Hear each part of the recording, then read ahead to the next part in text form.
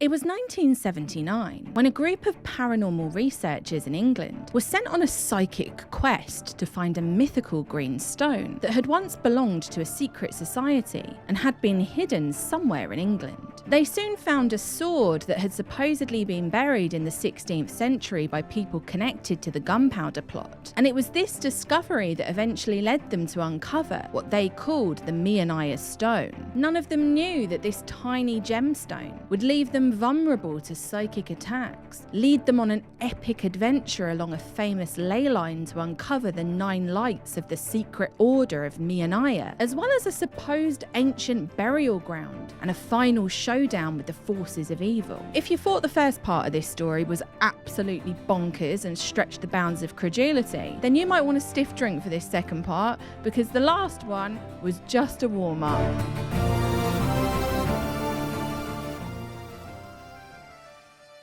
Before we begin this second part, I do just want to note that up until now, I've tried to bring together both Andrew and Graham's versions of events and kind of compare and contrast them. The idea was to point out where the stories differed, where details were added in for dramatic effect and, etc, etc. I tried to do the same for this second part, but the stories were so different that it became almost impossible to pass them together. Andy's version includes a trip to Scotland, Harvey Spencer Lewis's AMORC organisation, late night visits to a mausoleum, strange rituals, a trip to Egypt, and much, much more. But if you're feeling disappointed that that's not going to be covered in this part, do not fret. I have covered Andy's version of events as a separate podcast that is available on Patreon. So if you want a little extra bonus content, then feel free to go and support the channel and descend even further into the Meonia madness over there. Now, with that being said, let's get back into the story.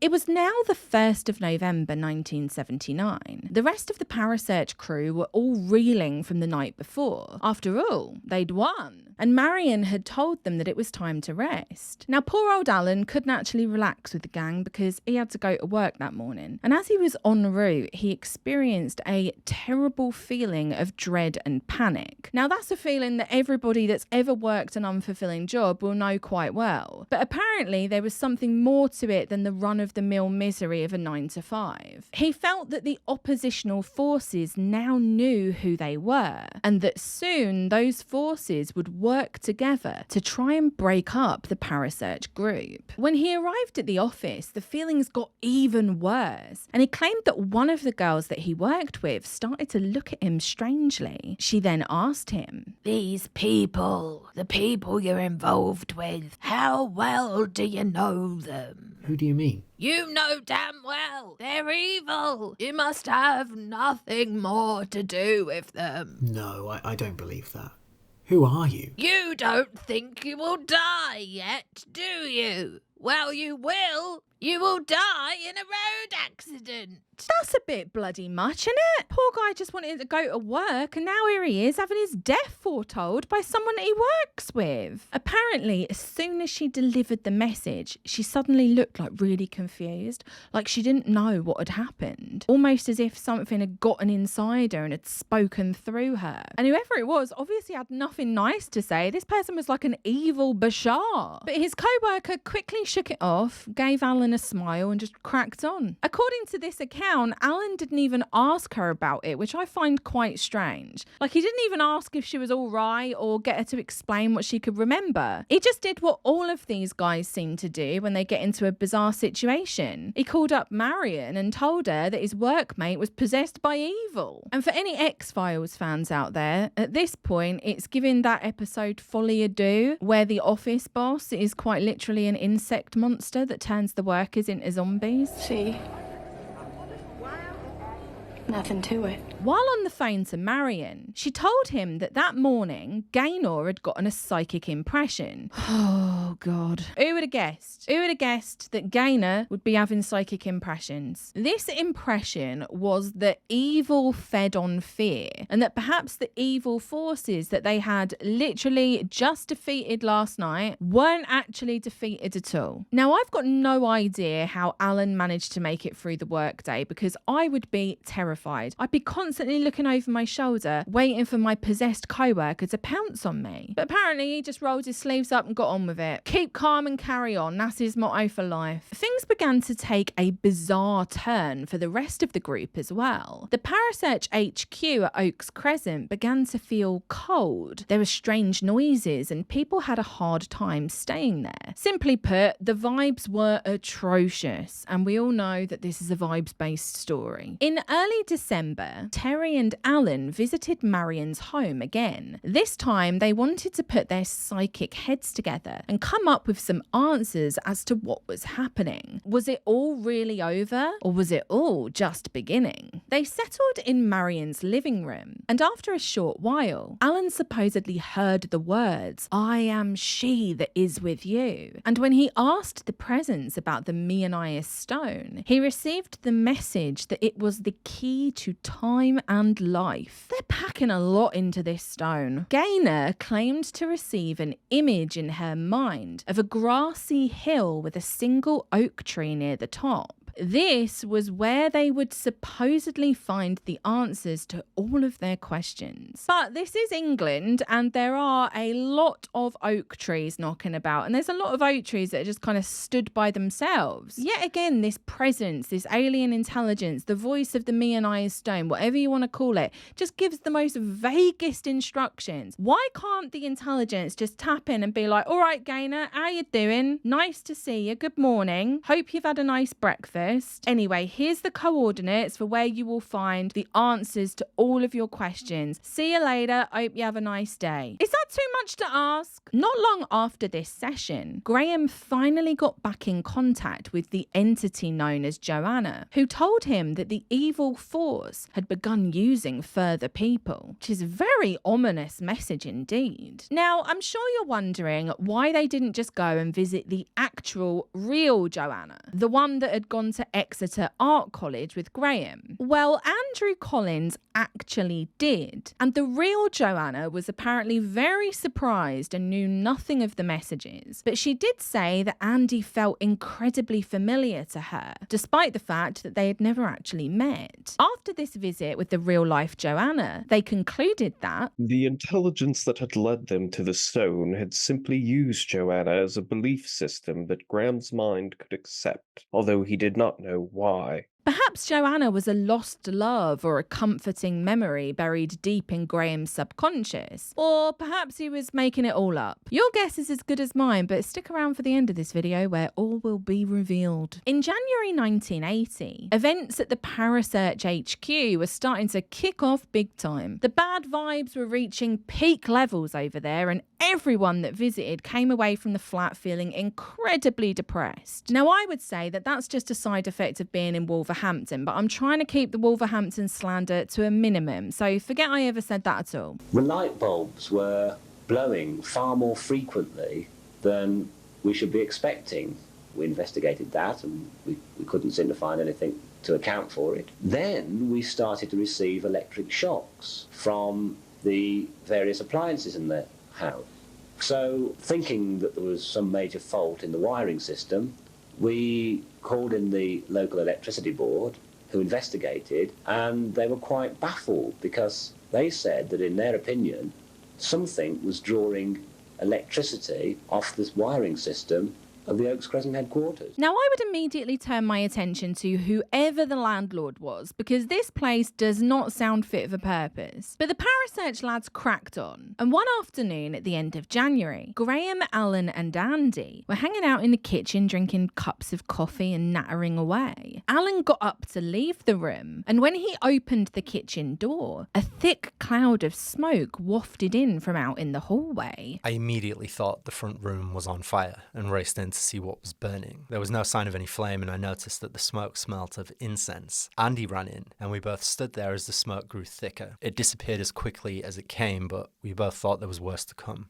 We were right. Now, personally, I think that somebody left their nag shamper burning too long, but that's just my opinion. Anyway, they called Terry Shotton over to help them investigate the flat, but he didn't find anything either. When he went to leave at 9 p.m. that evening, he opened the front door, only to discover a huge metal dagger had been stuck into it. Now, at this point, the Parasearch lads are freaking out. I mean, who the hell was walking past their house and thought, oh, I know what I'll do. I'll shove a bloody knife through the front door. Graham decided to pull it out of the door and he brought it inside. And Terry gave Marion a call to tell her what had happened and to see if she had any words of advice or perhaps a timely psychic impression. He didn't even manage to get a single word out because as soon as she picked up the phone, she blurted out that she'd just had a vision of a blade and that whatever they do, they shouldn't touch it. It's too late.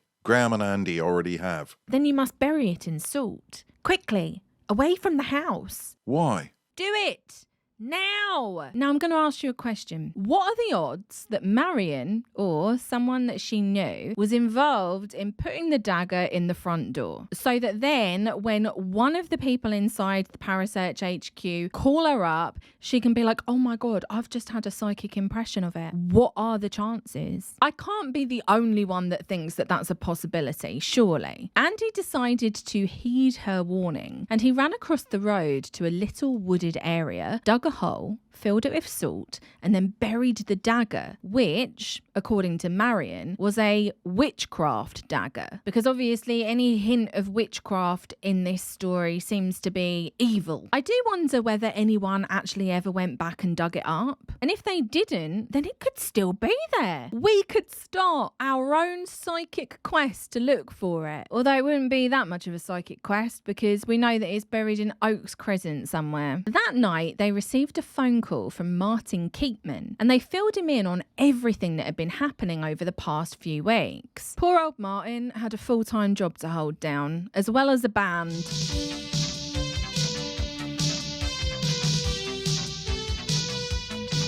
And he didn't have as much time as Graham and Andy did to dedicate himself to paranormal research, or as some might say, parasearch. After bringing him up to date, Andy put in a phone call to his abductee friend, John Avis, and he told Andy that the team needed to concentrate their psychic energies to repel the psychic attack being made upon them. On an interesting side note, Andy once claimed that John Avis was the original drummer of the Small Faces, and was also in the band The Not Sensibles, famous for their song I'm in Love with Margaret Thatcher. I put a stake through her heart and garlic round her neck to make sure she never come back. He also claimed that John predicted John Lennon's death, and I wonder whether he knows that Stephen King did it. I do want to point out that I couldn't verify any of those claims, just in case you thought that I was promoting them, but I'm sure that they're all totally above board and 100% legit and definitely not the product of a overactive imagination. Just a few moments after Andy ended his phone call with John, the strange smoke suddenly reappeared in the hallway. Again, they could find no source, despite searching the flat high and low.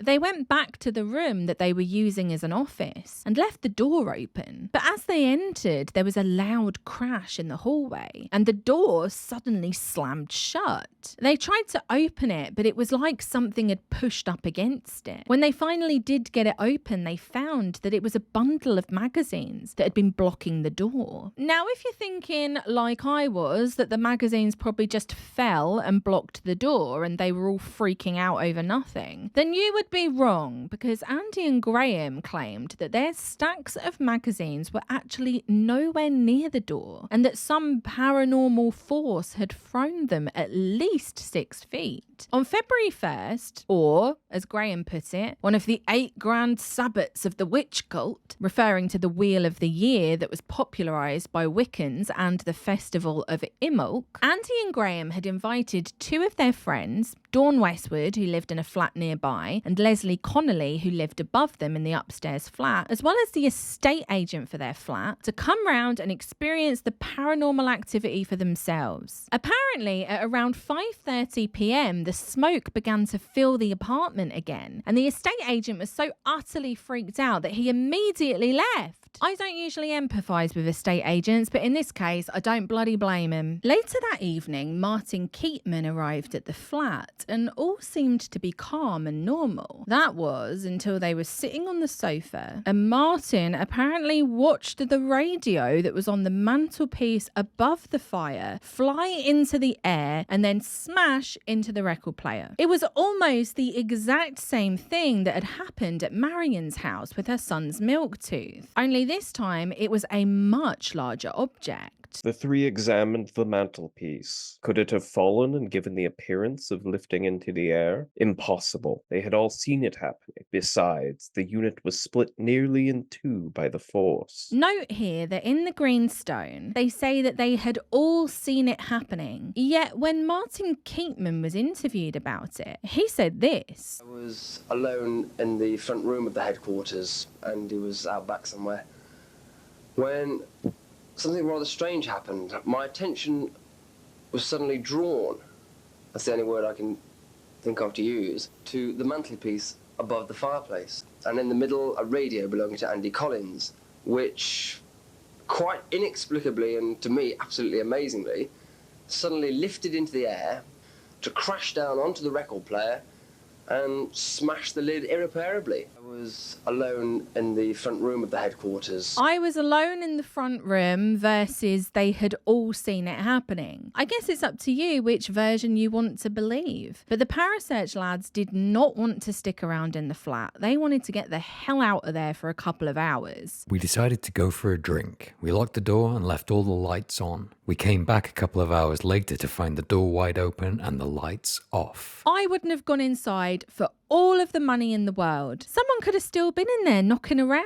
But the Parasearch lads just ran straight in. We all charged in, but there was nobody there. We tried the lights, but they would not come on. Now, I do want to point out here that in Andy's version of events, which you can find on Patreon, I don't know why I'm winking, like it is actually there. He does say that both him and Graham were living in abject poverty at this point. Their electricity and water eventually got switched off. They were setting fires in the flat to keep warm, and they found themselves eating dandelions for dinner. That is quite literally what he says. It could be that an unpaid lecky bill had caused all of the lights in the flat to go out, and one of them may have forgotten to close the front door. But obviously, that's not as interesting a story as an evil force psychically and now physically attacking them. Luckily for the Parasearch lads, there was nobody inside the flat. So they eventually found some candles and Martin decided to call Marion. Because of course, as soon as anything happens in this story, they have to call Marion immediately. While Martin was on the phone with her, she got a psychic impression of two men. One tall with dark hair and a beard, and the other an average-sized, clean-shaven bloke. She told Martin that she believed these were the two men that had broken into the flat, but she didn't give much of a description, and she could have quite literally been describing tens of thousands of men across the entirety of the United Kingdom. While Martin was yapping away to Marion, Andy and Graham spotted the smoke reappearing in the hallway, and they yelled for him to come over and have a look. Martin dropped the phone and rushed out to see the smoke, leaving poor Marion on the other end wondering what the fucking hell's going on. They tried, yet again, to find a source, a fire, anything, but there was nothing. And Martin soon made his way back to the phone where he apologised to Marion. But just as he did, Andy called him out again, and this time he sounded terrified. So Martin dropped the phone for the second time and ran out into the hallway where he found Graham and Andy huddled around the kitchen doorway hallway with a candle in their hands. Martin leaned over them, looked into the kitchen, and he saw dark blue masses, amorphous forms of blue jelly, like jellyfish, splattered all over the plates, the table, and the cupboards. Now, the lads wanted to investigate what the hell it was, but they decided not to touch it because it could have been poisonous for all they knew. I'm surprised they didn't just bowl straight in there and start grabbing it with their hands. This might be one of the most sensible decisions they've made to date. Martin went back to the phone, and at this point, Marion was freaking out. She told them that it was not safe for them there. They were all under attack, and to stay would be putting themselves in serious danger. But the Parasearch lads were like, no,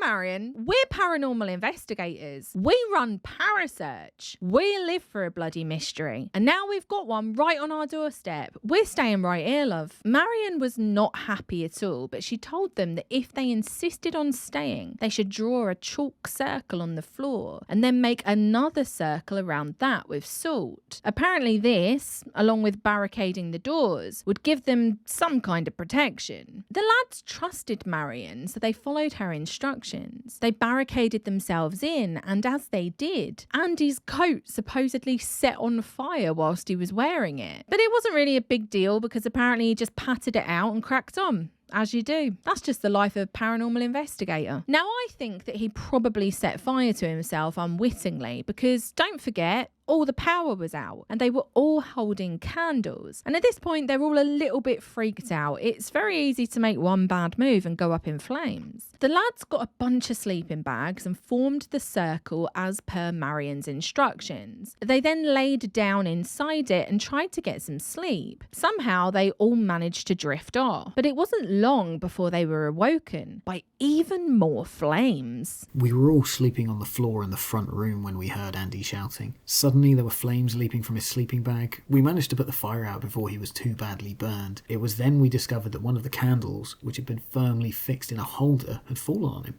According to Graham, Andy leapt up into the air and jumped out of the circle, ran to the kitchen and plunged his arms in cold water. As you can see in this photograph, his sleeping bag was in rags and his hand was badly blistered. But Graham was quick to point out that the closest candle was 3 or 4 feet away from him. Now again, if this happened at all and it wasn't some elaborate hoax, then it was most likely a candle accident. But that's just my theory. People may think we've made this up for our own benefit, but we've had reliable witnesses present who've experienced what is going on. Well, that's my theory shot to bits. Pack it up, everyone. It's time to go home. I don't know who I'm talking to. It's only me here. Fucking talking to myself. I've gone mad.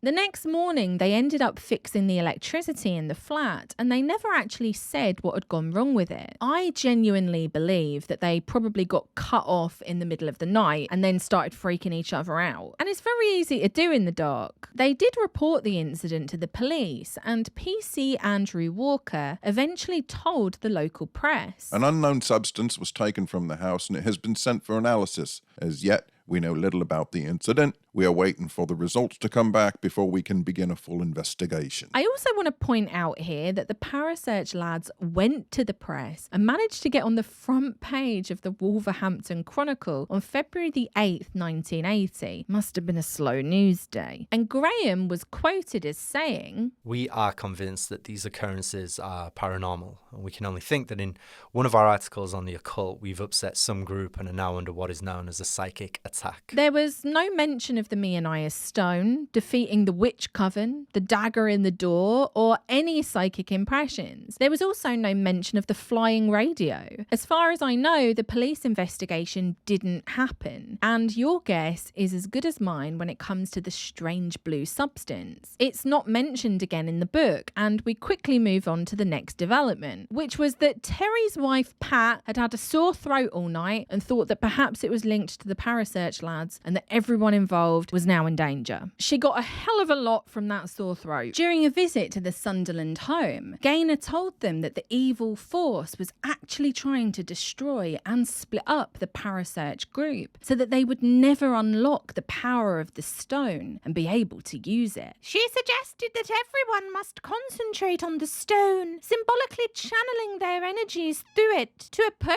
their adversary by psychic means. So at 7 7 p.m. that evening, everyone involved in the story, from Penny Blackwell to Terry Shotton to Alan Beard and all of the others, decided to focus their thoughts on the Meonia Stone, which Gaynor held in her hands. Apparently, all of the thoughts and good vibes worked, because just 5 minutes later, Gaynor handed the stone over to Marion and declared that the psychic attacks were over. Gaynor was certain that their having meditated on the stone that weekend had finally destroyed its power to use and manipulate people, at least for the time being. Quite how she had been capable of using the stone in this way, she could not or would not say.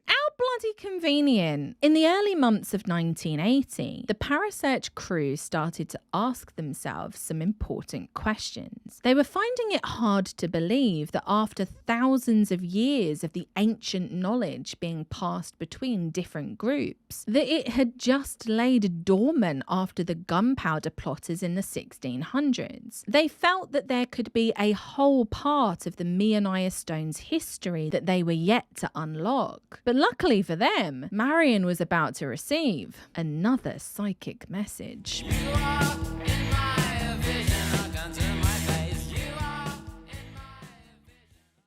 According to the Green Stone, the psychic message told Marion that the sword they had uncovered at Knight's Hill wasn't actually as old as they had believed it to be. She was informed that it wasn't the original sword that had been hidden by Gertrude Winter and Humphrey Packington in the 1600s. This psychic impression supposedly led her to a curator named Dan Robinson at the Grosvenor Museum in Chester. He dated the casket that held the Meonia Stone as being around 400 or 500 years old, but he claimed that the sword was probably from the late 1800s. So what had happened between the early 1600s and 1980? Well, the Parasearch group began to believe that one of their predecessors had discovered the original sword, and that this replacement sword must have contained a psychic message forged into it in the late 19th century by a now forgotten process. How does one go about forging a psychic message into a sword exactly? Even the Parasearch guys haven't got a bloody clue. This threw more light on the Swan incident in the tower, which would not have existed in Packington's day. Perhaps this was yet another form of incredibly psychic tape recording made by the Nine in Victorian times.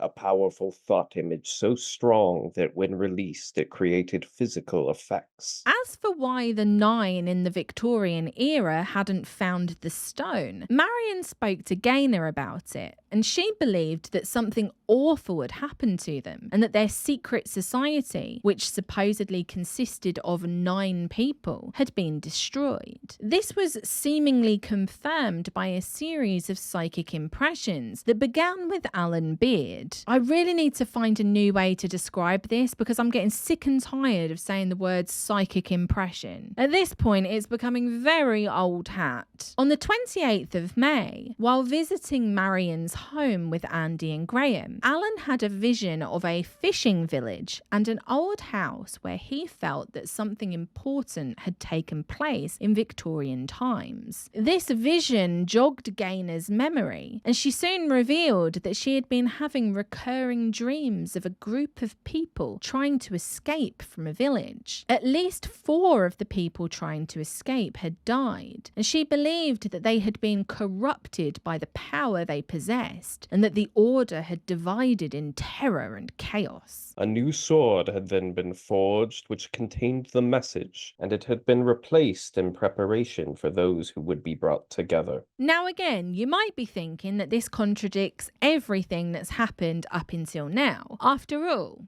Gaynor had supposedly seen either Humphrey Packington or someone close to him hiding the sword in the bridge. But now Gaynor wasn't sure whether she had had a vision of someone in the 1600s or the 1800s. All she remembered was that he was wearing strange, dirty and wet clothes. Also remember that it was the 9 worthies at Humphrey Packington's Harvington Hall that had led them to the pool of water water at Knight's Hill. But they had an answer for that too. Maybe the original sword had not been in the bridge foundations at Knight's Pool. It had obviously been near Knight's Pool because of the clues in the 9 worthies depictions at Harvington. But perhaps another building. This is what I love about this story. If a couple of pieces don't fit, you can just go back to the drawing board and start again. And nobody will even question it. They'll just keep yes-anding themselves into oblivion. So at this point, you can either believe all of this, or you can believe that Graham, who some think hid the sword himself, didn't think that eventually someone would try and date the sword. So when Marion took it for an evaluation and discovered that it was from the 19th century, suddenly someone had to come up with brand new parts of the story. It does give the distinct impression of someone making things up as they go along. And even Andy Collins said, At first glance, the story seemed to be the rantings of a madman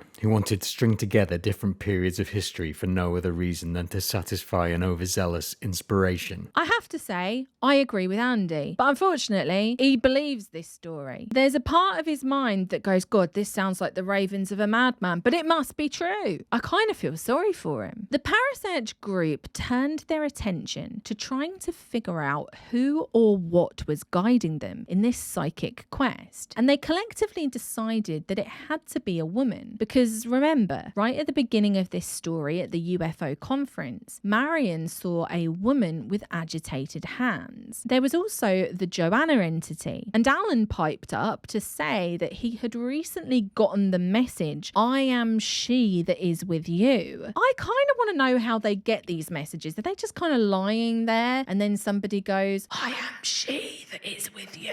Actually, no, I just remembered. It's literally hypnosis. They were always just hypnotising each other. They're probably just hearing random voices. Terry Shotton's wife, Pat, had also started to believe that this female entity had been trying to contact her and had possibly manifested in her home. She claimed to have seen a human-sized column of white smoke at the bottom of her garden, and her daughter had felt something strange in her room. This would have all been far too much for me at this point. I would have been like, look, I found the bloody stone. What more do you want from me? I've had enough. But I think I'm probably not cut out for psychic questing. By summer 1980, the conditions at the Parasearch HQ had become too much to bear. It was cold, dank and haunted. Andy moved into a caravan at the back of Terry's garden during May and June. But by July, he decided to pack it all up and move back in with his parents in Essex. He stayed in contact with the Parasearch crew, and by September,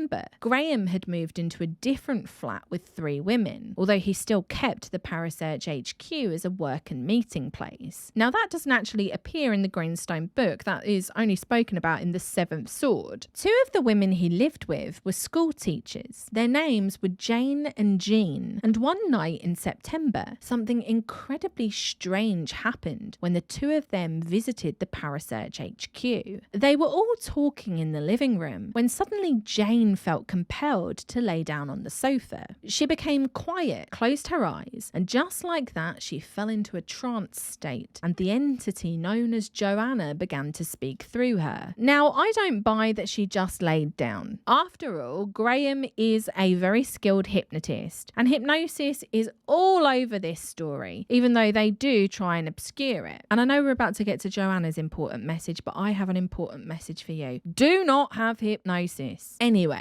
Joanna had an important message for them, something that they needed to know about the past. But apparently Jane wasn't a very good host for the message. So Joanna was like, sorry, I'm going to have to love you and leave you. I'll be back though. See you soon. Poor Jane woke up and complained about feeling sick. I guess she just didn't have what it takes to channel a message from an ancient unknown intelligence. But luckily for them, Joanna had another way of communicating with them all. And suddenly Graham was hit with a series of psychic impressions. He saw an Egyptian-looking building, like an ancient tomb situated in a garden. He saw 2 sphinxes, between which ran a corridor with a winged sun disk carved over the entrance. Apparently this building was somewhere in the Midlands, and it had something to do with the group that had guarded the ancient knowledge in Victorian times, the group that they were now calling the 9. He got another psychic image of a woman named Mary Heath. That we were told that the head of this order, by the late 19th century, was a woman by the name of Mary Heath. After getting these images battered into his brain, he told Terry and Alan about it. And while Terry was at work one day, he let the story slip to his workmate Mike Ratcliffe. He told him about the Egyptian-looking building, and Mike was like, hang on a minute, I know where that is. That's bloody Biddulph Grange near Stoke-on-Trent. Stoke-on-Trent! Oh yeah, Stoke-on-Trent!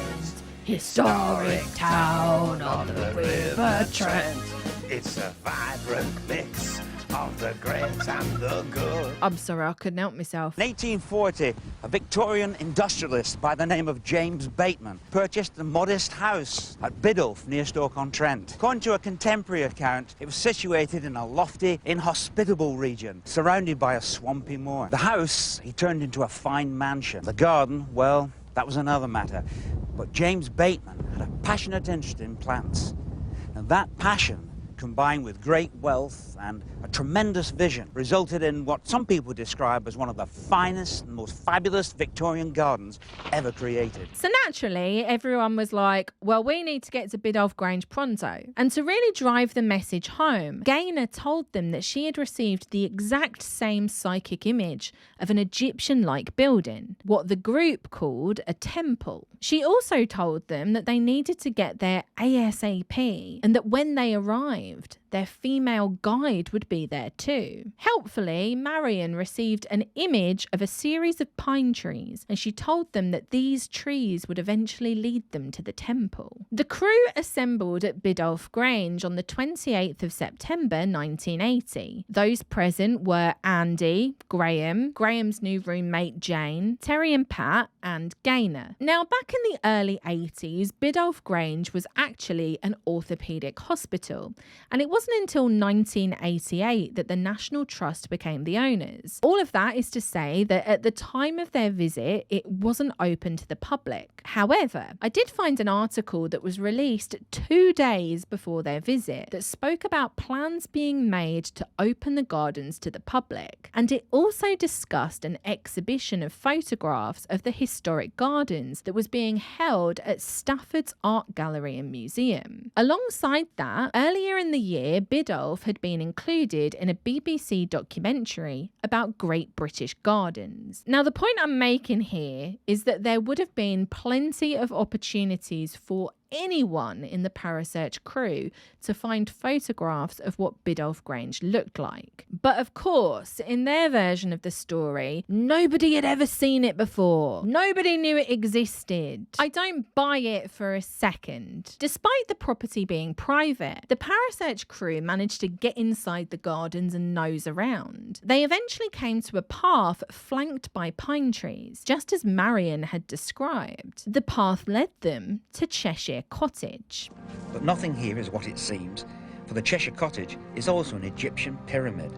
Above the doorway of the Cheshire Cottage, they noticed that there was a date, and anyone with half a brain cell would read this date as 1856. But in the green stone, they say that the date of construction is actually 1865. It's like, I know that we're doing pseudo-history here. I know that they're making it all up as they go along, but that is just such an egregious error. And it also just proves how bad they are at research. I mean, it's not even research, like, it just proves how bad they are at looking at something and being able to decipher what it means. I'm sorry, I'm getting a little bit too mean, need to rein it in a little bit. They also paid attention to the letters on the building and claimed that what they perceived to be a figure 8 had a vertical dividing line, which they recognized as a version of the ancient hermetic glyph for eternity. Could M8M symbolize the words inscribed on the sword, Meonia forever, Mary? If so, then it clinched the link between this place and the 9 in Victorian times. In reality, the letters on the building represented the people that owned it, James and Maria Bateman. You can clearly see the J and the M and the B. But none of this mattered to the Parasearch crew because they were on a mission to put all of these disparate pieces together. And if one piece doesn't quite fit properly, then they'll just jam it in anyway. When they stepped inside the building, they found a statue of the ape of Thoth and a passageway that led them to an Egyptian garden, which was flanked by 2 stone sphinxes. It was at this point that they all decided that this was where the Victorian group that they called the Nine had been meeting. While they were all standing around and admiring the beautiful Egyptian garden, Gaynor got the distinct feeling that she should separate from the group and head into the nearby woodland. She felt that somebody there wanted to speak to her. As she made her way through the trees, she suddenly saw a young woman in a white flowing dress. She was standing by a tree, and the way that this woman is described in the book makes me think of Arwen from Lord of the Rings. She's got long flowing brown hair and she's incredibly ethereal, but I don't think that she was half elf. But I mean, who knows? The way this story is going, she could well have been. Just as she was about to speak, she vanished right in front of Gaynor's eyes. This was terrifying for Gaynor, so she quickly ran back to the rest of the group and told them what had happened. And she soon got the feeling that the woman she'd seen was connected with this Egyptian temple, that this was an important place for her, and that she had wanted to give them a message. Sadly, whatever it was went undelivered for the time being. But Gaynor did receive a psychic impression that many years ago a ceremony had taken place in an underground chamber. And something dreadful had happened, which had caused them to flee and forced them to replace the sword with the replica they had found years later at Knight's Hill. After accomplishing as much as they could at Biddulph Grange, they decided to do some more of their historical detective work, so they headed to the nearby local parish church. It was there that they discovered that a man named Robert Heath had bought Biddulph Grange in 1871. And in the book, they claimed that Mary Heath, remember the woman that Graham had had the psychic impression of, had been his wife. Now, obviously, if this was historically true, then we could look it up, right? Well, I turned to my trusty Ancestry.com and findagrave.com, which are 2 great resources if you're ever in the mood for some genealogical research. And I discovered that Robert Heath did indeed buy Biddulph Grange in 1871. But Mary Heath was not his wife. She was actually his daughter, and she died in 1872, just 1 year after they moved into Biddulph Grange. She also may not have ever even lived there, but eventually they got around that discrepancy by claiming that the Batemans, who originally owned the property, were also involved in this order, and that Mary had probably visited as a child and was involved in the Nine as a child. In one lecture, Graham Phillips even compares her to Krishnamurti. It makes no sense to anyone with half a brain, but after spending months researching and writing and putting together these videos, I actually only have a quarter of a brain left. So everything is making perfect sense to me. Mary Heath seems to have been the Order of Meonia, who was meeting at Biddulph Grange. And she, as a child, was obviously considered to be their kind of like spirit medium or something like this. And I think from what we've gathered from the bits and pieces that we have been able to put together, is that they were trying to create in their temple, their Egyptian temple and so forth at Biddulph, they were trying to create a doorway to a parallel world. Now, there is so much more to the Mary Heath story that I'm not going to cover in this video. Graham continued it into at least one more book called Strange Fate. So if there is any appetite for me to cover that story in its entirety, do let me know down in the comments. I also want to point out here that on a podcast called The Asylum in 2018, Graham Phillips made the insinuation that it was thanks to the green stone that Biddulph Grange got taken over by the National Trust. It got so much interest that the house that was just, the gardens that were crumbling away were taken over by the National Trust and restored to their original glory. Wow. So if it wasn't for that book that you just showed, plus Andy's book as well,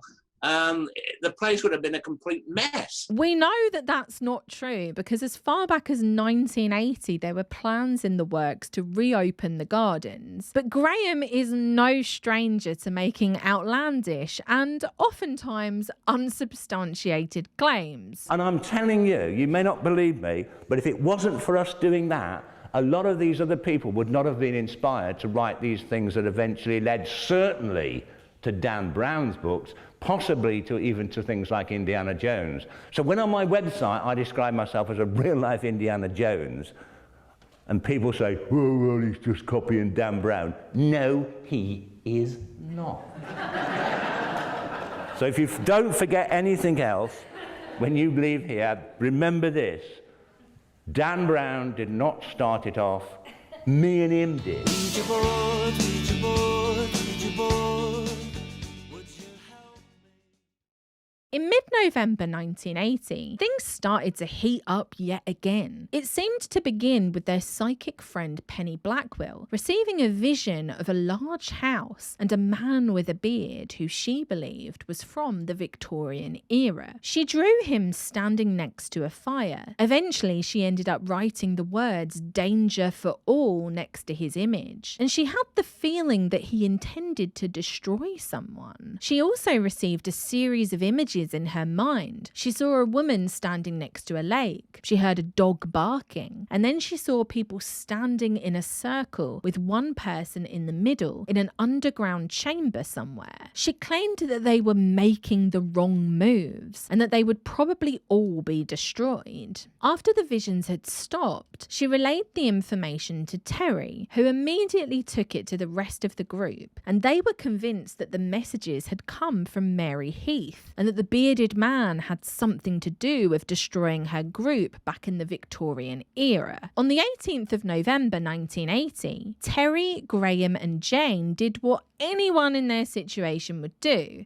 They created their own makeshift Ouija board, turned off all the lights and set about trying to make contact with Mary Heath. I got another warning to go along with the no hypnosis. Maybe don't do an Ouija board. I know I'm a skeptic, but you also never know what you're going to conjure up. They asked the board a series of simple questions to begin with. Do you have something to tell us? It said yes. Does it have anything to do with this underground chamber that now both Gaynor and Penny had seen? It said yes again. And this time it told them that the chamber was somewhere in Wolverhampton. They asked the board whether the chamber was somewhere near the bearded man's home. And again, it said yes. And it also told them that his home was once named the Catherine Genie School back in the 19th century. But the property itself was no longer a school. To their amazement, the glass spelt out that the school once stood in Oaks Crescent. That's right, my friends. This school apparently once existed on the very same road as the Parasearch HQ, but it does get even better. They then asked whether the underground chamber that Penny had seen was below the school itself, and the board told them no, but that it was nearby. They then asked whether the ceremony had involved Mary Heath, and it said yes, but when they inquired about the date, the board told them that it had happened on the 22nd of November 1875. Now, Mary Heath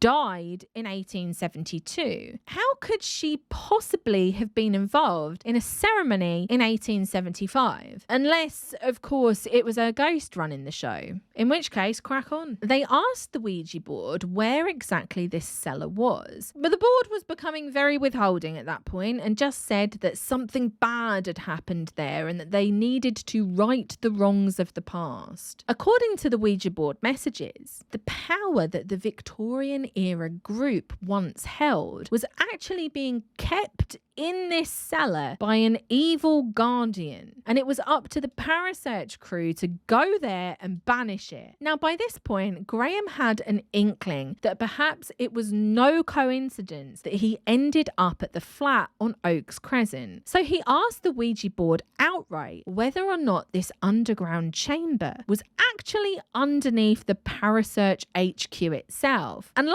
and bloody behold, it was! But I chose that place. Can you remember how you found it? Yeah, a girl I knew whose brother lived there was moving out, and she told me about it. You meeting with her was no coincidence. Again, in the world of psychic questing, there is no such thing as a coincidence. And Graham was completely overwhelmed by all of these revelations. Terry decided to ask the board whether this entire chain of events had been set into motion because Graham had decided to move into the Oaks Crescent flat. And it told them yes. Imagine that. You're just scrolling through Rightmove, or in this case, just having a chat with a friend, and they're like, oh, I've got this flat, you should move in. It's really nice. And then suddenly you find yourself embroiled in the biggest mystery of all time. You literally find yourself on a quest for a variation of the Holy Grail. At this point, Graham tapped out. His mind was completely blown by these revelations, and it seemed to be getting a little too ridiculous, even for him. But Jane and Terry cracked on and kept asking the board questions. They even ended up getting a name for the bearded man that Penny had drawn. He was supposedly called John Lane, and he was a powerful black magician who had been responsible for destroying the Victorian Nine. After Graham had had a bit of a breather, he decided to get back involved, and he asked the board directly if they were communicating with the spirit of Mary Heath herself, and it answered yes. She told them that she was indeed the last leader of the Nine, the Order of Meonia in the Victorian era, and that she would now send a psychic message to Marion, because apparently Marion had insane levels of psychic protection, which meant that no evil could penetrate her mind. Good old Marion and her psychic firewall. So they ended the seance, got on the phone to Marion, and as soon as she picked up, she blurted out that she'd just had a vision of an 8-pointed star and an underground passageway that had been bricked up with rubble. She then went on to give a precise description of the cellar that apparently lies beneath the Parasearch HQ, which nobody has mentioned existed up until this point, despite multiple psychics having mentioned an underground cellar, and despite the fact that that place has been haunted for ages. I find it hard to believe that they hadn't gone down there. She told them that they needed to go down there and draw the 8-pointed star, and she then said, "You have to do something, but I'm not sure what." Very helpful instructions, Marion. Thanks a bunch. After the phone call, they went straight back to the Ouija board and called on Mary again, hoping that she might give them some clearer instructions. She told them that the star was actually the 8-pointed star of St. Michael, and that they needed to use it to banish evil by calling upon the protective power of St. Michael himself. They asked Mary Heath a few more questions, specifically about why her group hadn't used the power of the Meonia Stone to protect themselves. We did not dare use it. Too many of us had already been corrupted by the power we held. We had to ward off his attack if we could without it. If we gathered the full force of the stone, we might have, in our weakness, lost it to him. He destroyed the Order of Meonia. Is that what you were called? Yes. Did you all die? Not immediately. But shortly after at the fishing village? Some of us. And what happened then? We knew that the Order would be rekindled to continue the work and complete our task. Is that us? Yes. And you brought us together? Yes. How? You must repossess the power that will enable you to complete the stone. How? Marion will tell you. Now, you're going to be shocked to hear that at that very moment, the sound of the phone ringing pierced through the silence, and it just happened to be Marion on the other end. She had just had another timely psychic vision of a ceremony taking place with another 8-pointed star on the floor. She then basically repeated everything that Mary Heath had told them, but she added that they could now release the power that had once belonged to Mary Heath's group by calling upon St. Michael for protection and by performing a banishment. I'm getting some Pat Montandon haunting vibes here. It was St. Michael that she turned to when she was being terrorised in her San Francisco apartment. Maybe the Parasearch lads were keen fans of the intruders. Over the next couple of days, the group paid a visit to the library and discovered that the Catherine Genie School did actually exist in Oaks Crescent in 1875, and the man that they called John Lane did in fact work there. Now, I did a bit of research, and apparently his name wasn't actually John Lane. It was John Newton Langley. And I'm not sure why they obscured his name in the book. Maybe they were afraid that his living descendants might be annoyed and offended at his depiction. After all, he's the baddie of the story, and he defeated Mary Heath's Order of Meonia. Through research, I found that he was actually Dr. John Newton Langley, born on the 28th of July 1823 in Yorkshire. He was well read and was interested in education from a young age, probably due to his father also being a schoolmaster. When I was doing some research on John Newton Langley's actual history, I found that his father was a much more interesting character. His name was Larrett Langley, and he used to run a boarding school in Brampton, Yorkshire. That was until 1839, when he got sentenced to 15 years in Australia for the crime of uttering a forged promissory note for £100. Eventually, he was pardoned, and I did also find him in the Freemasons register. I also found him in a newspaper article where he was described as a picturesque character who, according to legend, went out to Australia as a result of some trouble in which he had become involved in. Kind of makes it sound like he went by his own volition, which he absolutely did not. Anyway, I've included that because I think it's quite interesting. Yet again, real history is more interesting than pseudo-history. But anyway, back to John Newton Langley. He had studied classics and mental and moral philosophy at the University of Glasgow in 1849. He had 4 children with his wife, Maria Copley, and in 1885 he had been elected to a fellowship at Trinity College, lecturing in histology. When he died in 1890, he had a memorial built for him in St. John's Church in West Bromwich. Now, I tell you all of this because he was a real-life man who the Parasearch lads just decided was part of this story, and they claimed that he had been possessed by evil and that he'd even been involved in murder. They do the same thing with Mary Heath, as well as plenty of other historical figures, and these people are long dead and gone. They can't come back and correct the record. I bring this up because it's just a bit of a morally weird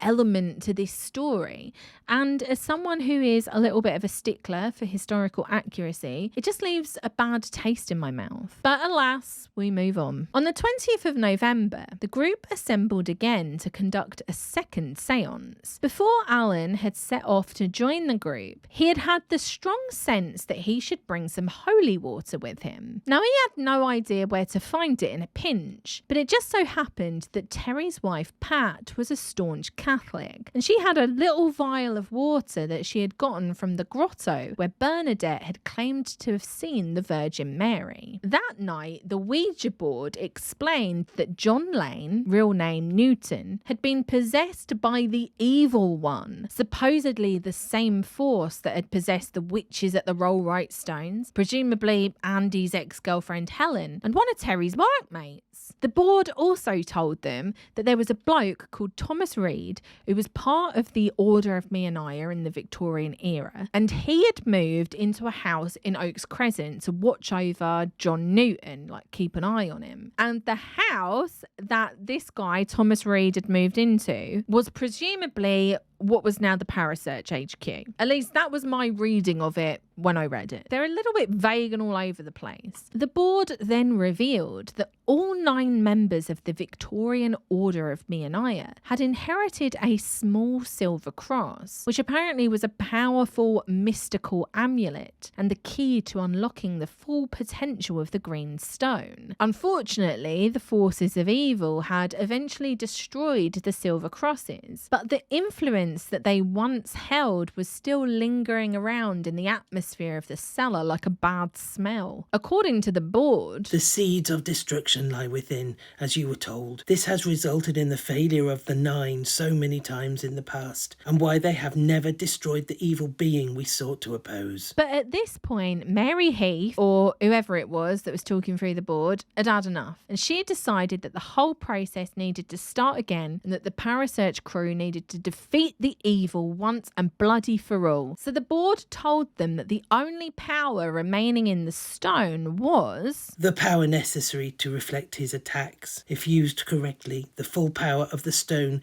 can destroy him. Who is he? Is he John Lane or is he someone else? Honestly, at this point, who knows? But the board then says that they will send another message to Marion psychically. And wouldn't you know it, she suddenly rings up with an important message. Honestly, if I was the proofreader for this book, I would have been like, look, it's a great story, but we really need to shake things up a bit. It's just, oh, I've got a psychic image. Oh, Marion's on the phone. Oh, Gaynor says this. It's getting dull, guys. We need to do something to jazz things up. Marion told them that they needed to go down into the cellar that instant and draw an 8-pointed star on a piece of card. Then they needed to stand in a circle and call upon the power of St. Michael to protect them. They would also need to sprinkle a circle of holy water around them, and one of them would also need to hold a rosary above their head and perform the banishment. Well, luckily for them, Alan had the holy water that Pat had given him. What are the chances of that? And Terry's workmate Mike Ratcliffe just so happened to be carrying a rosary with him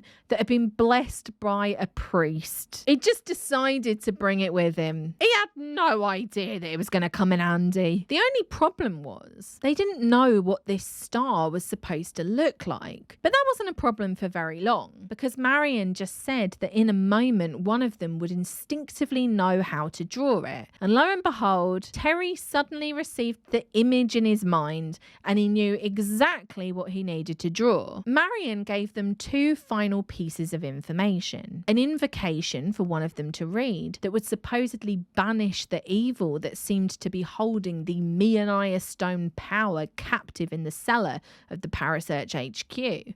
And instructions to cast a circle of protection around themselves with salt. Honestly, I'm genuinely losing my mind at this point, and yet again, we're only about halfway through this sheer insanity. So it's about 10 p.m. at this point, because none of this can happen in the day. It all has to be done at night to kick the ooky spookiness up a notch. They opened up the trapdoor of the cellar and descended down into the darkness with only the flicker of the candle's flame to guide their way. And once the 8-pointed star had been drawn on a piece of paper and the circle of protection had been laid out, Terry read out the invocation. Archangel Michael, I adjure thee in the name of the blessed Virgin, by her holy body, by her sanctified body, by her sanctified soul to come forth. I ask thee by all the holy names, bring thy legions of angels. As soon as the invocation had ended, they claimed to feel a surge of power hit them, and then afterwards, everything appeared to be eerily calm, like nothing had ever happened. Probably because nothing did happen. Back upstairs, they called Marion, and she was fairly certain that they had managed to banish whatever it was that was holding the power captive in the cellar. Now, if you're confused at this point, so am I. This is what we call over-egging the pudding. There is too much egg in this story, but there's a lot more to come. And also, the last time that something like this happened, Marion was like, oh yeah, it's all over now. Time to rest. Don't worry about it anymore. So I'm going to be frank. I wouldn't trust her one bit if she told me that the evil had been banished. I'd have been like, I need a bit of proof, Marion. I'm not going on vibes alone. You told me last Halloween this was all going to be over, and now it's all kicking off big time. We've all been haunted. I ain't trusting a word that comes out of her mouth.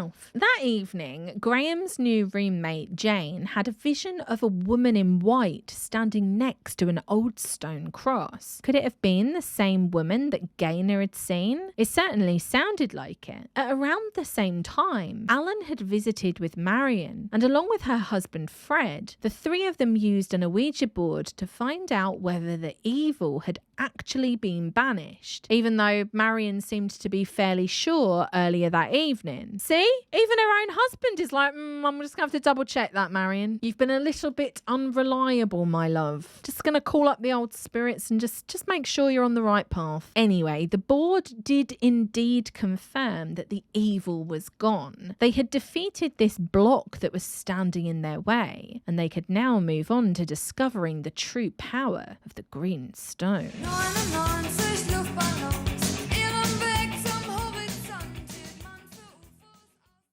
Just a day after banishing the evil from the Parasearch HQ cellar, Andy came up from Essex and was filled in on all of the paranormal happenings. I'd be a bit gutted if I'd moved out and all of this started kicking off. He must have been feeling a little bit left out, poor sod. Both he and Graham went down to the cellar, and while they were pottering around, they claimed to hear a deep groaning noise, and they then heard the noise of someone or something clambering down the pile of magazines in the corridor and into the cellar. Look, if I discovered that my house was on top of this cellar, I'd have it boarded up. I would not be going in and out of there willy-nilly. But these lads just want to poke around everywhere and then get freaked out when something happens. What do you expect from a formerly haunted cellar? That same evening in North Wales, Gaynor had a strange dream. She felt as if she was in a wide open void with a white marble floor. It was there that she was approached by the woman in white, who handed her a silver cross. She told Gaynor that the cross itself would act like a radio and that it held a power to call upon a guardian. It seemed like a run-of-the-mill dream, but when Gaynor awoke, she found that she was actually holding the silver cross that had been given to her by the woman in white. According to the Greenstone book, it was actually Gaynor's own silver cross that she had lost months before, and now it had seemingly been returned to her by supernatural means. But they also point out that the members of the Victorian Order of Meonia all had a small silver cross, which was supposedly the key to unlocking the green stone. So this appeared to be a symbolic offering. Now that they had banished the evil, it seemed that the Parasearch group were being given back the cross that had been destroyed back in the 1800s. Or something like that. Your guess is as good as mine. Honestly, the levels of brain rot with this story. Sometimes my friends will ask me and they'll be like, oh, what are you working on for YouTube? And it'll be a story like this and I'll be trying to think of how to describe it without them all thinking that I'm absolutely stark raving mad. Guess I'm just gonna have to embrace it. It's leyline life, baby. Graham had been invited to spend Christmas with Marion and her family in Wales, and while he was there he had a dream where he claimed to see Akhenaten lying on a slab in an underground chamber. He was wearing a headband, a sort of crown, and in the centre of it was the Meonia Stone. When Graham looked around, he saw 9 people enter into the chamber and pick up 9 small white pyramids. He believed that these people were followers of Akhenaten and that they were preparing to journey to England with the pyramids and the stone. He heard the words 9 lights, but he wasn't sure what it meant. All he knew was that he was seemingly being shown a snapshot of the past. The next day, Graham set about trying to decipher his dream. He conducted an automatic writing session with Gaynor, and let's be honest, no Christmas is complete without engaging in a spot of automatic writing. I do it every year, it's a family tradition. During the session, an absolute boatload of information was revealed, namely that these 9 pyramids that Graham saw in his dream all contained an aspect of power, one of 9 aspects necessary to use the Meonia Stone. When Akhenaten died, his Egyptian followers knew that their task had failed and that their center of learning would soon fall. The power of the stone, being so potentially destructive, was taken from it and split into 9 separate parts. Each of these 9 pyramids contained one aspect of the power of the stone. So the story goes a little bit like this. When they got to England, the Egyptians decided to transfer the power from these pyramids into 9 megalithic sites. And to cut a long story short, to effectively recharge the stone and channel all of this energy back into it, the Parasearch crew were going to have to visit all of these sites. This trip would have to begin on New Year's Day. Thank God we're getting at something a little bit different. It is road trip time, my friends, and I bloody love a road trip. And this one's as simple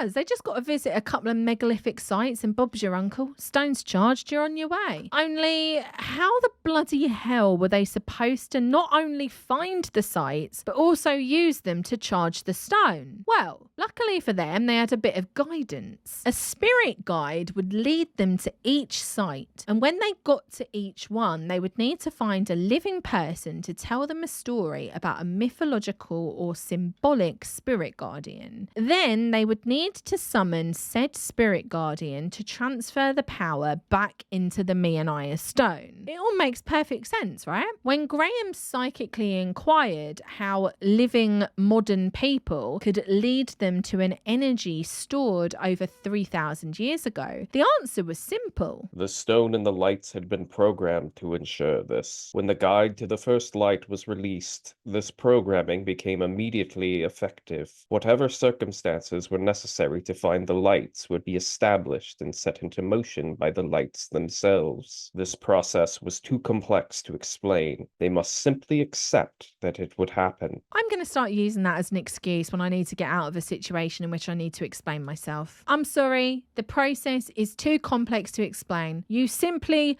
must accept that it will happen. Gaynor asked who they were communicating with, and it turned out that all of this was coming from the spirit guide to the first light. It was also alluded to that the woman in white had released this first spirit guide due to their banishment ceremony in the cellar, but it's never really explained properly. It's all far too complex. You just have to accept that it's all happening. This first spirit guide really wanted Gaynor to be the one to lead the search for the 9 lights, but she was far too young to be going out searching by herself. And can you imagine the conversation that Marion would be having with her head teacher at the school? Yeah, sorry, I'm going to have to take Gaynor out of school for a couple of weeks because she's got to go and recharge this ancient magical stone, and she's got to visit all of these megalithic sites across England. Wow, that sounds fun. Who's she going with? Oh, just a bunch of fully grown blokes. Don't worry though, they're all totally above board. I also love how the spirit guidance for this is like, oh no, she's much too young to go on this psychic quest, but she's not too young to be kept up at all hours of the night with this nonsense, dragged into automatic writing sessions and God knows what else. Anyway, Gaynor tasks Graham and Andy with being the ones to lead the search, and apparently Graham was incredibly nervous at this prospect. I mean, it's a lot of pressure on your shoulders. What if you fucked up? I wouldn't be able to handle it personally. I'd be tapping out. But again, I'm not made for psychic questing. This first spirit guide told them that they only needed to unlock 4 of the 9 sites to begin with, that the first light was somewhere near Dorchester in Oxfordshire, and that at some point in the very near future they would know how to find it. The communication came to an end, but suddenly Gaynor's brother Barry began scribbling something himself. It was a drawing of an old stone cross, and it appeared to be a message from the first spirit guide, although none of them really knew what it meant. They decided to all meet on New Year's Day in Dorchester,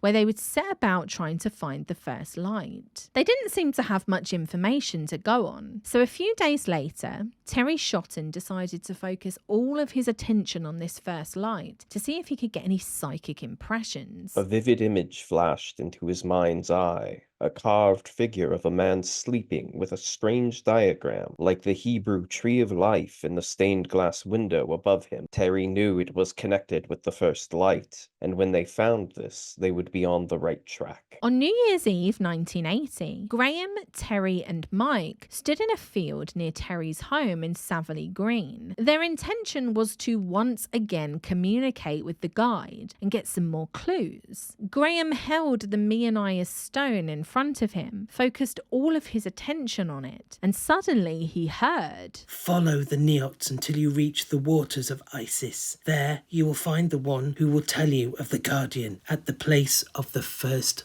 light." Graham then claimed to see the image of 2 long earth banks. These appeared to be clues as to where they would find the first light. On the 1st of January, the Parasearch lads all met up in Dorchester. Their first stop was the Dorchester Abbey. And, of course, they found a stone cross there. I'd be slightly worried if they didn't. It's a bloody church. But to them, this was young Barry's vision coming to life before their very eyes. Inside, they quickly discovered what they referred to as the Hebrew tree of life. And Terry exclaimed, "Amazing! It's exactly as I saw it. The only problem was, it wasn't actually the Tree of Life. It was what is known as the Tree of Jesse. It's a depiction in art of the ancestors of Jesus Christ, shown in a branching tree which rises from Jesse of Bethlehem. And it is the original use of the family tree as a schematic representation of genealogy. So, to put it simply, it's not what the Parasearch crew claim it is. But when has that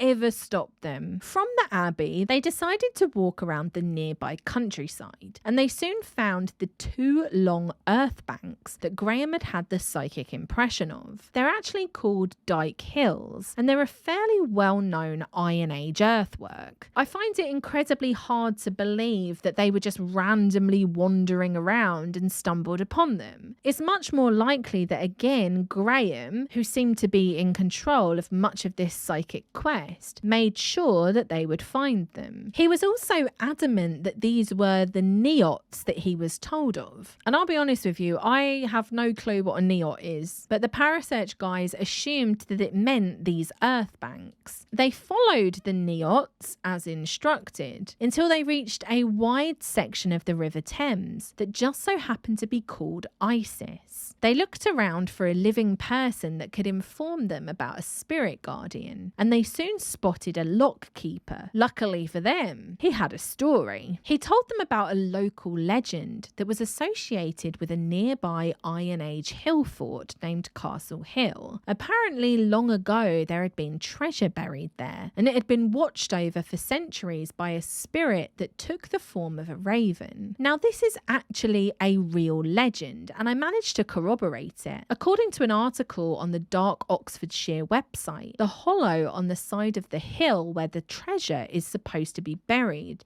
is known locally as the Money Pit, and it is said to be guarded by a raven. This was obviously where they needed to go. They needed to summon the raven. Now, if I was involved in this psychic quest, I would have been up there like a shot. Castle Hill really was not that far away from where they were, but instead of cracking on, they decided to go back home because it was getting dark and Terry, Mike and Peter had work the next day, so they couldn't be out all hours of the night. Honestly, where is the stamina on these lads? The treasure protecting raven waits for no man. The next day, Andy and Graham arrived at Castle Hill by themselves, and they were at a bit of a loss as to what to do. I mean, how does one go about summoning an ancient raven guardian of treasure? They really need like a psychic questing version of the Beetlejuice handbook for the recently deceased, so they can kind of keep track of all of this stuff. Something that's got the rules in it. Kind of like a D&D campaign book. Anyway, they decided to walk into the nearby woods where Graham held out the Meonia Stone in front of him, and Andy helpfully told him, just say the first thing that comes into your head. Fucking profound instructions coming from Andy. So Graham then said, Raven Guardian, whoever or whatever you are, give us the first light. Now, if I was the Raven Guardian, I would have said, no, you lazy bastard. You should have been up here last night. No good coming back now asking for the first light when it's convenient for you. But the Raven Guardian was clearly not as cold-hearted as me, and Graham began to feel a tingling sensation in the hand that was holding on to the Meonia Stone. Then, suddenly, the wind began to pick up. It got louder and faster, whipping around the trees, and at one point, almost bowling both Andy and Graham over. It was almost as if they were being hit by a miniature tornado. At this time of year, at this time of day, in this part of the country, localised entirely in the woods next to an iron-aged hill fort. It got even more bizarre when an absolute shitload of birds started flying around overhead, flapping their wings and squawking at both Graham and Andy, who, at this point, were holding on to the trees for dear life. And then, just as quickly as it had all begun, it became quiet, peaceful. Both Graham and Andy believed that they had managed to unleash the first of the 9 lights. Bloody hell, we've got it, but I don't know how. I don't believe it. The wind, the birds, it was incredible. Impossible. They didn't just go on vibes alone. No. They decided to double check whether or not they were right by calling Gaynor from a nearby payphone. And when she answered, she was like, yep, it's back, baby. We are back in business. She also told them that she had gotten a psychic message that the next light would be found somewhere near the Uffington White Horse, which was conveniently only around a 45-minute drive away, so off they went. When they got there, Andy told Graham to hold the stone again, hoping that it would cause the spirit guide for the second light to appear. As Andy held it, he soon felt compelled to walk on what is known as the Ridgeway, which is a national trail that follows a ridge of chalk hills for around 87 miles. Luckily for them, they only had to walk about a mile on it to arrive at the nearby Wayland Smithy, a Neolithic chambered long barrow, which was once believed to have been the home of Wayland, the Saxon god of metalworking. It's also important to note here that the Uffington White Horse and Wayland Smithy are very close to the St. Michael and Mary ley lines. In John Michel's 1969 book, View Over Atlantis, he wrote that the St. Michael line of traditional dragon sites in southwest England is remarkable for its length and accuracy. It appears to be set between two prominent Somerset hills, both dedicated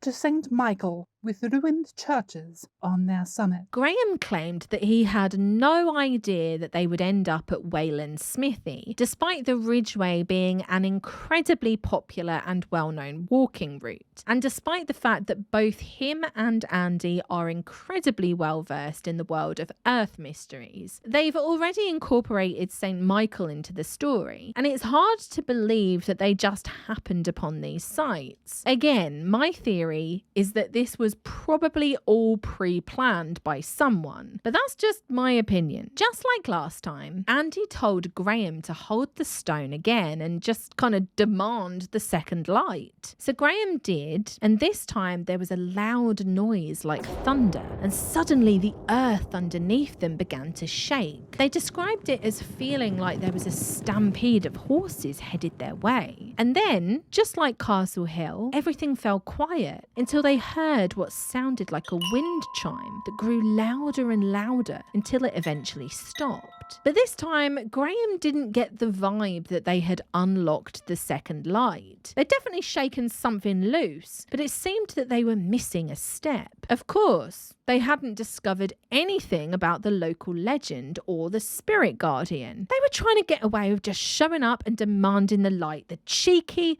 lazy gits. Now, by that time, it was getting dark, and they had had enough, so they decided to go back to their hotel for the night and come back the next morning. They arrived back at around 9 a.m, and as they were parking their car, a man and his son pulled up next to them in a Range Rover. There seemed to be nobody else about, so Andy asked them if they knew any legends about Wayland Smithy, and luckily for them, the son knew of one. He told them that there were stories about buried treasure underneath the chamber, and that it was guarded by elves. We are finally bringing elves into the story, my friends. I knew that when I mentioned Pilly Wiggins, I wasn't going to be far off. At this point, I'm wondering whether the next two lights are going to be guarded by Spring Hill Jack and Robin Hood. I feel like they're coming. Anyway, I couldn't find any corroborating legends about treasure at Wayland Smithy, but there was a legend around Wayland the Smith himself, namely that he was Lord of the Elves. In the Greenstone, Graham and Andy both seemed to be slightly taken aback because, well, they didn't believe in elves. That was a step too far for them, apparently, which is honestly quite outrageous given what these guys do actually believe in.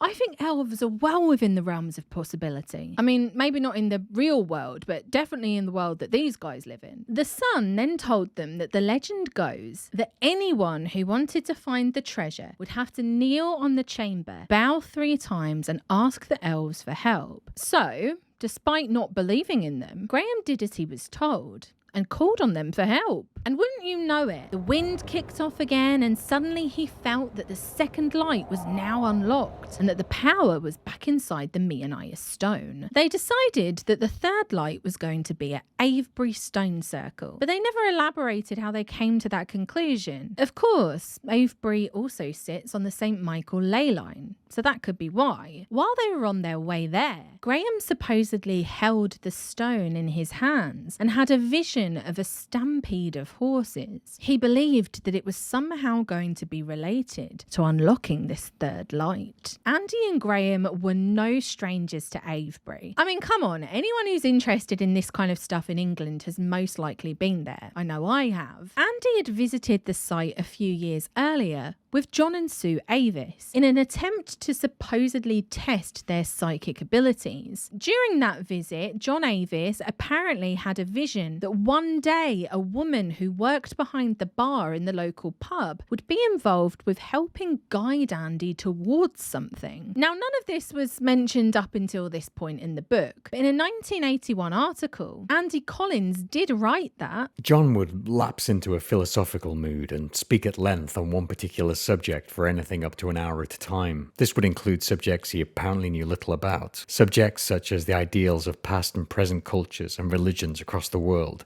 and the supposed ancient wisdom of the megalithic civilization, the builder of such great stone and earthwork monuments as Stonehenge, Avebury and Silbury Hill. There's a small part of me that wonders whether this entire thing was set into motion by the Avis family, and whether Graham had found himself inspired by John's apparent psychic abilities and had decided to concoct this whole scheme, or whether the Avis family had concocted it themselves. Either way, Graham and Andy were steeped in the lore of Avebury, and they seemed to believe in the Dr. William Stuckley interpretation of the circle as representing the solar serpent of ancient Egyptians. However, there's something important to note about Dr. William Stuckley's work. In attempting to make the two avenues appear more symmetrical, he distorted the landscape and drew the circular sanctuary as an oval, so it appeared more like a snake's head. This obvious deception sullied Stuckley's reputation, and for centuries after, he was regarded as an unreliable witness. Graham and Andy went inside the local shop and asked the shopkeeper there whether there were any legends associated with Avebury, and of course there were. It's bloody Avebury, you can take your pick. However, the shopkeeper did tell them that their best bet would be to talk with a woman named Heather Garland, who just so happened to work at the local pub. She also just so happened to have once had a strange experience with phantom horses, and obviously she'd also had a UFO experience. I saw this beautiful ball of light in the sky, and I thought, oh, lovely full moon, because I love the full moon and starry night. And I watched it and I thought, oh no, ye gods, it's not the full moon. The moon comes in the opposite direction. The shopkeeper ended up giving Andy and Graham Heather's home address, which is a little bit unnerving, but I can kind of understand it. It's 1981 in a small village. It was a different time back then. Anyway, they went round her house, knocked on the door, but she wasn't in. So they left feeling a little bit dejected, but as they were walking back towards the stones, they suddenly saw a woman walking towards them. Now bear in mind, none of them knew who this Heather lass was, but Graham immediately got the feeling that this random woman was indeed Heather Garland, and to the surprise of nobody at all, it was. They asked her some questions and she told them that she used to ride her horse along the ridgeway, and one time she did, she heard a ghostly stampede of horses which approached and passed straight through her. She told them exactly where it had happened, and Graham and Andy decided to pay it a visit. After all, this could be the key to the third light. They stood between two stones, and like they had at the first two sites, Graham held the Meonia Stone in his hand. Yet again, the wind whipped around them like mad, but Graham suddenly got the impression that they were in the wrong area. They needed to stand between the two large stones that were next to the pub in the village. They are known as the Cove. So the two of them trotted over there and summoned the spirit guardian, who I assume was a horse, although they never actually specify in the book. Guess it's just suddenly not important. Anyway, the same routine happens. Graham felt the vibrations and then boom, third light unlocked. Back in the bloody stone it went. After unlocking it, they decided to call Gaynor, who confirmed that the third light had indeed been unlocked, and she also somehow knew that the fourth light would be found at Glastonbury Tor. If you're looking for an explanation, it's too complex, okay? We just really have to roll with it. They then called up Alan and Terry and told them that they would all be meeting tomorrow morning at Glastonbury Abbey to unlock the fourth light. That night, Alan supposedly had a dream about a house at the bottom of Glastonbury Tor, and he believed that it was there that they would discover the spirit guardian of the fourth light. After they had all met up the following morning, they drove around for a little while before coming across St. Michael's cottage, which was surely no coincidence, seeing as they were on the Michael leyline and they were told to call upon him for protection. In reality, I think the cottage is actually called Little St. Michael's, and it currently serves as a retreat. They knocked on the door and a young woman answered. They then proceeded to grill her on local legends, and again, this is Glastonbury. The entire place is steeped in legends and lore. She told them that the Tor itself was associated with the Phoenix, so they figured that perhaps the Phoenix is the spirit guardian of the fourth light. Now, this all sounded vaguely familiar to me, and I soon realised that this probably comes from Catherine Emma Maltwood's book, A Guide to Glastonbury's Temple of the Stars, which I just so happen to own. I swear to God, my book buying addiction is paying dividends. In essence, Mrs. Maltwood's theory is simple, though fiendishly complicated in detail. She believed that 5,000 years ago, priests from Sumeria and Chaldea in the Middle East came to Britain. They brought with them astrological knowledge whose centre belief was in a cup or cauldron of wisdom. With the arrival of Christianity, this notion fused with the Holy Grail and later King Arthur's Round Table. The priests laid out their astrological figures on the ground in a circle 10 miles wide, including Glastonbury. Now, you will not be at all surprised to discover that Catherine Maltwood has been described as theosophically inclined. Come on, you weren't expecting me to get through this whole thing without mentioning theosophy at least once, were you? Impossible! Instead of the usual water bearer that was associated with the astrological sign of Aquarius, she represented the sign by using a phoenix. Some people have compared it to the Rorschach test. And honestly, this is something that my mum would come up with. Every time I go out on a walk with her, she'll find some tree that looks like a celebrity or a cloud that looks like an animal. If she was alive and bored in the 1920s, she could have created her own religion out of something like this. Anyway, I mention all of that because yet again, I find it incredibly hard to believe that none of them knew about the Temple of the Stars in Glastonbury, or that the Tor itself forms part of Maltwood's Phoenix.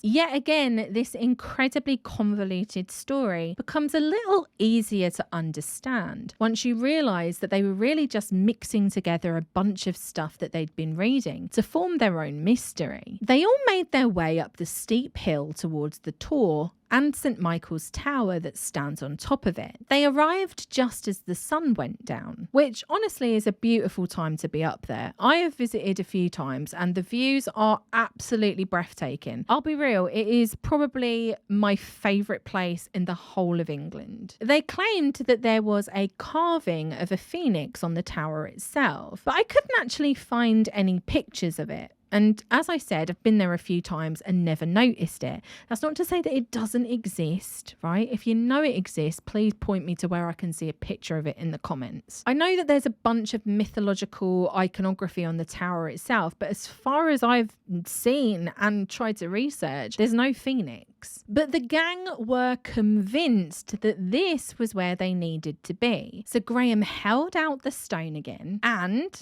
as had happened 3 times before, the wind began to whip around and the vibe suddenly got very strange, and then boom! Fourth light unlocked. It was as simple as that. They didn't even have to talk to the phoenix this time. I'm not sure what they would have been feeling as they descended the Tor. Maybe they were hopeful that they seemed to be on the right path, or perhaps they were scared scared at what could be lying ahead. A few days later, they took the Meonia Stone to Penny Blackwell, who held it in her hands and claimed that it felt much more powerful now. Alongside the vibes, it had also supposedly turned a darker shade of green, and those that held it claimed that it felt both hotter and heavier. I wish I had my stone to hold up as I was saying all of this, but unfortunately I think I must have misplaced it somewhere. I've lost the green stone! They had succeeded in unlocking the first 4 lights, and all things considered, it had been remarkably easy for them. They now had to rest before the next part of the quest began. No one can blame you. At some point in early January, Martin Keatman and his friend Carol had a series of strange experiences with a tall, shadowy figure. It began when Carol was walking her dog one evening, when she saw someone in the distance walking their own dog while wearing a long black coat along with a wide-brimmed hat. For some reason, Carol felt compelled to follow him. She believed it was necessary to get a good look at his face. Now, a man walking his dog late at night isn't anything out of the ordinary, but Carol claimed that his presence felt out of place. She couldn't put her finger on it, but it just felt off. She followed him to an unlit path, and suddenly her dog got properly freaked out. It was yapping and barking, and then she just lost sight of the man. He seemed to simply disappear. That night, she had a strange dream of being in an old building with him. He was dressed the same, but this time he carried a staff. Much like on the country road, she followed him, and as he turned, she managed to see his face. He had a long beard, and she somehow knew that his name was Pastor John. A few days later, Martin Keatman was walking home from her house at around 10:35 p.m. when he saw an unusually tall man walking towards him with a black dog. Just like the man that Carol had seen, he wore a wide-brimmed hat and a long cape. Martin got bad vibes immediately, and when he looked at the man, he saw that his face was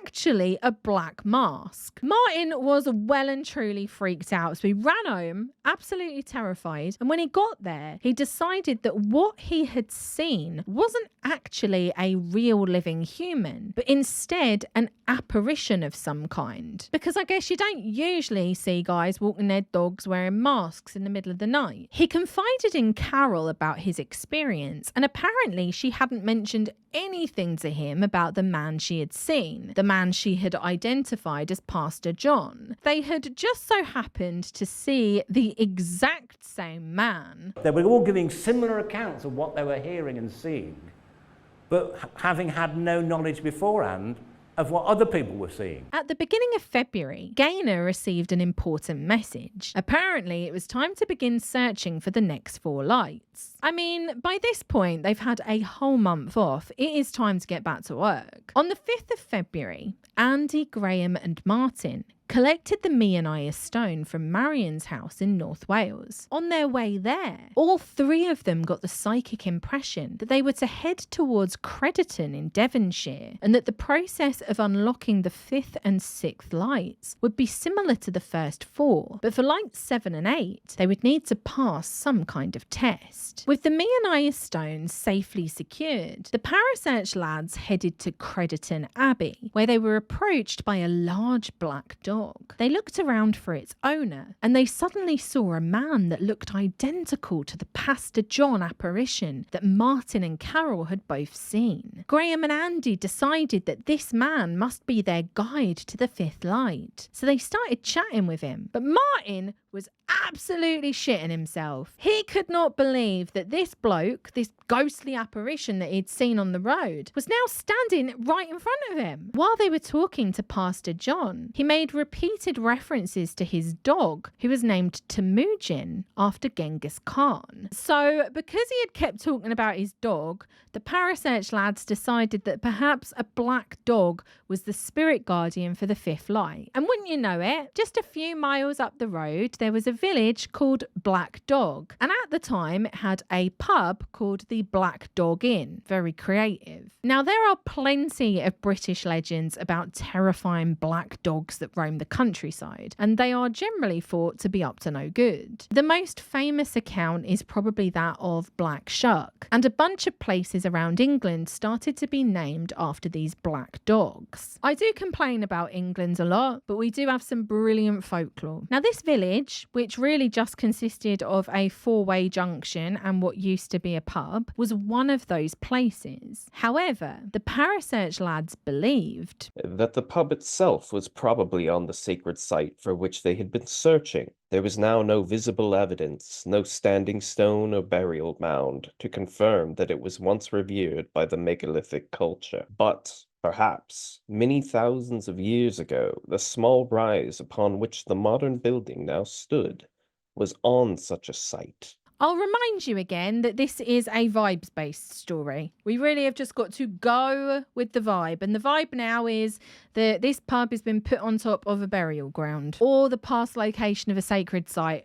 God knows what. Take your bloody pick. Anyway, they were sitting in the pub when they suddenly decided to whip out the stone and summon forth the spirit guardian then and there. And at that very moment, a black Labrador trotted over from the bar area and sat underneath their table. It seemed as if this time the spirit guardian was an actual living, breathing pooch. And as Graham went to give it a stroke, they all felt a familiar surge of energy rush through them. Just like that, they had acquired the fifth light. And I'm kind of glad that they've changed up the formula of the story a bit, because the wind whipping around and all that stuff was starting to get a bit old hat too. There's only so many times that you can write the same thing happening over and over again. After stroking the hound and unlocking the fifth light, they then received the psychic message that they would find the sixth light at the nearby Lidford Gorge, around 20 miles from Black Dog. Aren't they lucky that everything is in a reachable location? I mean, I know it's England and that things aren't that far away, but it seems like everything is less than an hour away, except for Marion's house. Marion lives all the way up in North Wales. They drove there that evening and spent the night at the Castle Inn, where they discussed theories on how they would go about unlocking the light in the hotel lounge. As they were sitting there, Graham suddenly received the psychic impression of monks chanting in Latin, followed by the sound of a cockerel crowing. He had no idea what it meant. The next morning, Andy and Graham struck up conversation in the same hotel lounge with a man who just so happened to know about a legend pertaining to a spectral cockerel that supposedly acted as a guardian for the nearby Brent Tor. Now, there are plenty of legends about Brent Tor, but I couldn't find a single one about a spectral chicken. And trust me, I looked. If there's one thing you can say about me, it's that I will always try and look for it. You know, I love a spectral chicken as much as the next girl, but some of these stories are a bit hard to believe. Well, I suppose it's inevitable that if you build a church on top of a high place like this, an incredibly high spot, that legends will arise as to the reason for its presence here. The two principal legends associated with Brent Tor are both connected with the devil. The most common idea is that the parishioners originally intended to build this church way down at the bottom of the hill. But every night the devil and his henchmen removed the building materials and carried them to the top of this hill, and jolly good luck to them anyhow. Now, if I was Graham Phillips, I would have incorporated that legend into the story somehow. Perhaps the spirit guardian could have been an angel of some kind. Or, if you fancy it, it could have been the devil himself. Why not? Go all out, bring Lucifer in. Actually, if I was Graham Phillips, I would have incorporated Robin Hood and Spring-Heeled Jack. I am sorry, I don't think they're going to make an appearance. I've been hyping it up now for so long, and they're not even in the story. They made the steep climb to the church that morning, and it was misty as all hell. The whole landscape looked spooky, and the atmosphere felt incredibly foreboding. When they arrived at the top, Martin Keatman entered the church and had a look around. He soon found a reference to the spectral cockerel inscribed on one of the church bells. It was actually written in Latin, but in English it said, I am called the cock, and I alone sound above all. So Martin quickly grabbed Andy and Graham and was like, lads, I've bloody found it. They all decided that this must be the place. So they faced an altar in the church, and above it was a stained glass window that depicted Saint Michael. Coincidence or sheer synchronicity? What do you think? I'm going to go with neither. I'm going to go with pre-planned. Once again, Graham pulled out the stone and summoned the spirit guardian, who, in this case, appeared to be a haunted, ghostly cockerel or something. I don't fucking know. Honestly, why are you asking me? I know as much about this story as you do. He felt the familiar surge of energy rush through him, and so did Martin. It also seemed to unlock the memory of a dream that he'd had weeks before. Of a figure in a stained glass window, exactly as he now saw the figure of Saint Michael in the east window above the altar. It almost sounded as if Martin had dreamed of this exact scenario weeks ago. And I'm surprised he didn't write it down or mention it to somebody before, because these lads are constantly reading into dreams. It just seems as if this one went unnoticed. As they were leaving the church, they claimed to hear a cockerel crowing in the distance, and it was at that point that they knew that they had successfully unlocked the sixth light. When they got back to the car, Graham suddenly got the image in his mind of 3 stone circles called the Hurlers, which were located on Bodmin Moor, which was, again, about a 40-minute drive away. Now remember, these next 2 lights were going to be slightly different. Unlocking both of them would involve a test of some kind, so Graham wasn't sure what significance the Hurlers would hold, but they headed there anyway. The Hurlers consist of 3 stone circles, and the name comes from a legend in which men were playing Cornish hurling on a Sunday and were magically transformed into stones as punishment. Much like the other sites visited on this epic quest to unlock the lights, they are also believed to sit on the St. Michael leyline. The Parasearch lads decided that each of them should stand inside one of the circles, thinking that this might be a way to get some kind of message. Lo and behold, as Martin stood within one of the stone circles, he got the image of a lake zapped into his brain, and Graham heard the words Dosmary Pool echoed into his mind. Now, this was no coincidence whatsoever. When you look at the legends associated with Dosmary Pool, it all starts to make sense. Some people claim that it was the home of the Lady of the Lake from Arthurian legends, and that it was the place where King Arthur himself received the sword Excalibur. Considering all of the other Arthurian connections to this story that they've included so far, I don't think that it's a big surprise that they ended up there. After all, these lads are bloody obsessed with King Arthur. They are quite literally doing their own Monty Python and the Holy Grail bit up and down this supposed ley line.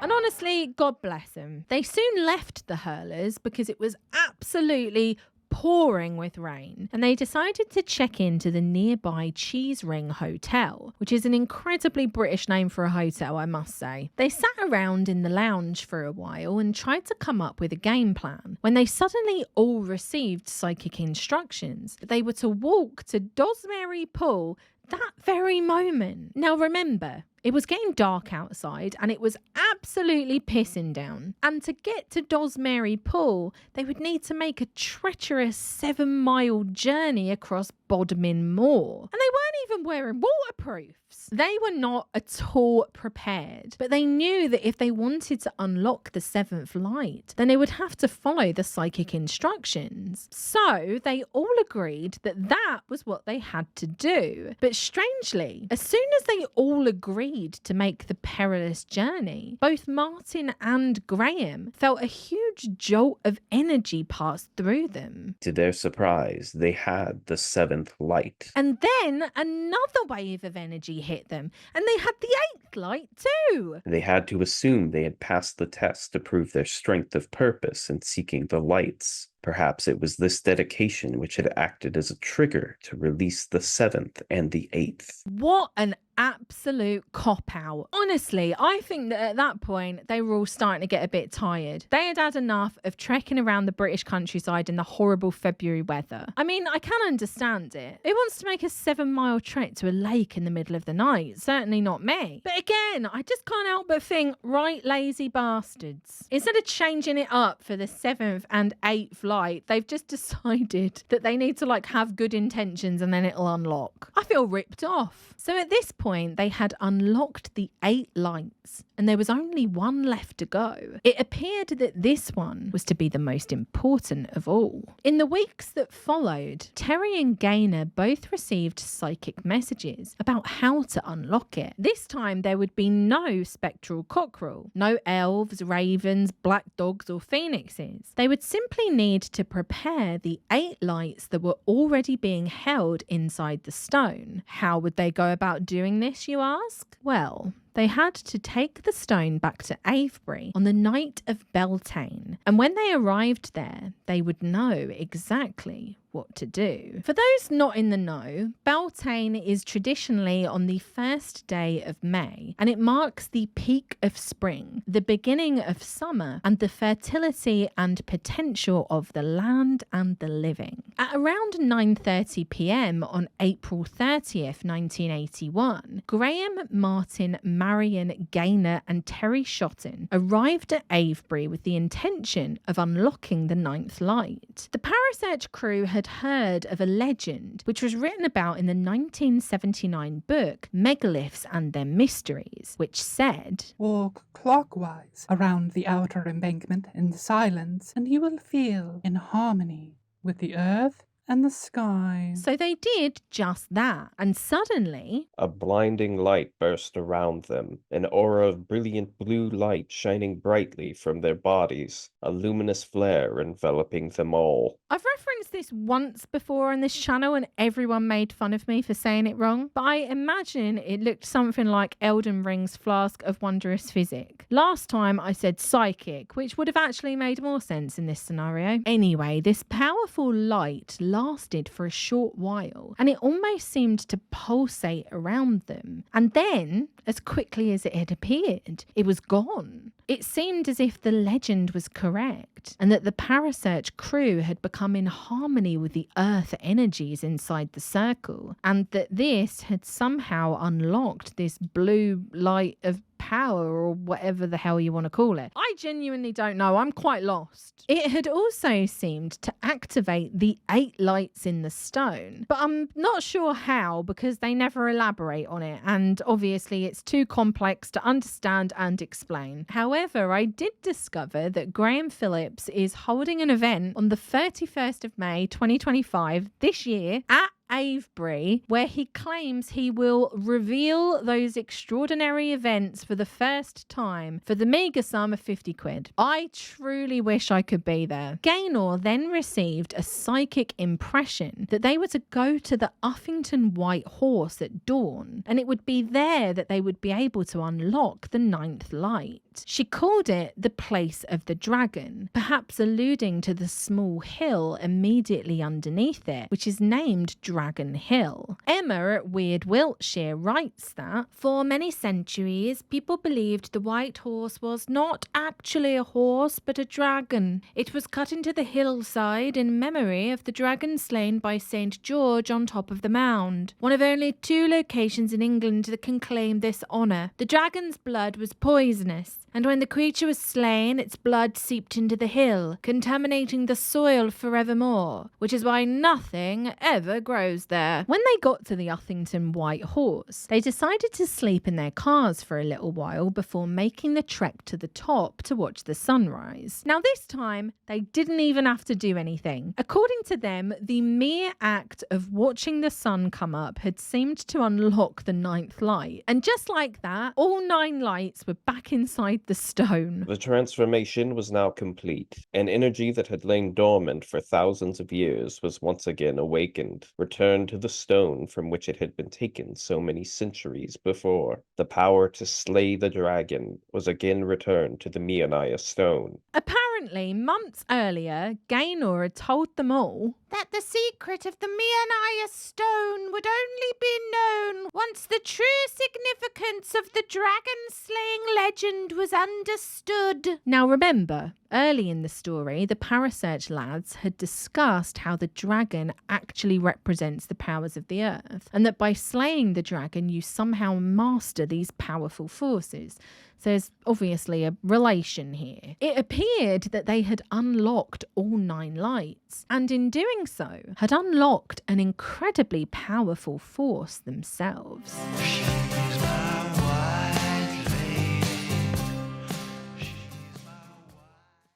After this whirlwind of a psychic quest, things went quiet for a little while. It seemed as if life was returning to normal, but things soon took a dark turn one evening at the Parasearch HQ. Despite the house being incredibly haunted, they decided to have a house party. One of the women there was named Karen, and she suddenly complained about feeling a little bit weird, thinking it was probably just a side effect of one too many vodkas. Graham and Jane carried her to the bedroom and laid her down. Her friends were all concerned about her, so they all gathered around her bed to make sure she was all right. It was then that she bolted upright, looked at them all with an evil smile on her face and said, "I am above you all. You cannot win." She then fell back down on the bed and started to cry, overwhelmed at the prospect of something getting inside her body and talking through her. Apparently, this was all witnessed by at least a dozen people, and Karen supposedly remembered nothing about it. The next afternoon, she came back to the Parasearch HQ and demanded to be told what the hell was going on. So Graham filled her in on the entire story, and she was immediately taken aback. I mean, how does one respond to a story like this? Are you supposed to just go, "Oh, right then," and then just carry on with life as normal? I know my life will never be the same again after this. Karen wanted to know even more, and she wanted to meet Marion. So Graham agreed to drive her to North Wales. While they were there, she supposedly fell into another trance state and repeated her warning to them all. When Karen got back to Wolverhampton, she told a friend of hers what had happened. His name was David Matthews, and he came over to the Parasearch HQ one night to have words with Graham. When Graham started banging on about the psychic quest, David didn't believe a word of it, and he said, "I don't know about the others, but Karen's a rational woman. Whatever happened to her is real, not supernatural." Then, at that moment, like the universe itself wanted to send Dave Matthews a personal message, there was a massive crash from underneath them, and it seemed to be coming from the bloody cellar. Then there was another loud crash, then a sound like something was being dragged around down there. Now, Dave had no interest in the paranormal, so he was immediately like, "For God's sake, Graham, let's get that cellar door open and find out who's down there." Only when they did, he searched around down there for a while and found absolutely nothing. And at that point, he started to freak out. "Christ, let's get out of here. This is bloody madness." Now, apparently, by going down into the cellar, David had unwittingly fallen victim to some kind of hitchhiking evil presence that had attached itself to him. All right, this cellar is like Wolverhampton's answer to Skinwalker Ranch. According to Graham's account, while David was on holiday a short while later in Cornwall, he suddenly saw the flaming white shape of a figure as he walked down a country lane with his girlfriend. It supposedly sped past both of them, almost knocking them to the ground. But as for what happened to them, your guess is as good as mine, because they're never mentioned again. We have an exorcist-style possession, and this bloke who don't believe in the paranormal, but now he's got a hitchhiking demon, and that's it. We don't hear from him again. After this strange series of events, Graham turned to Marion and asked her whether they should use the stone to ward off these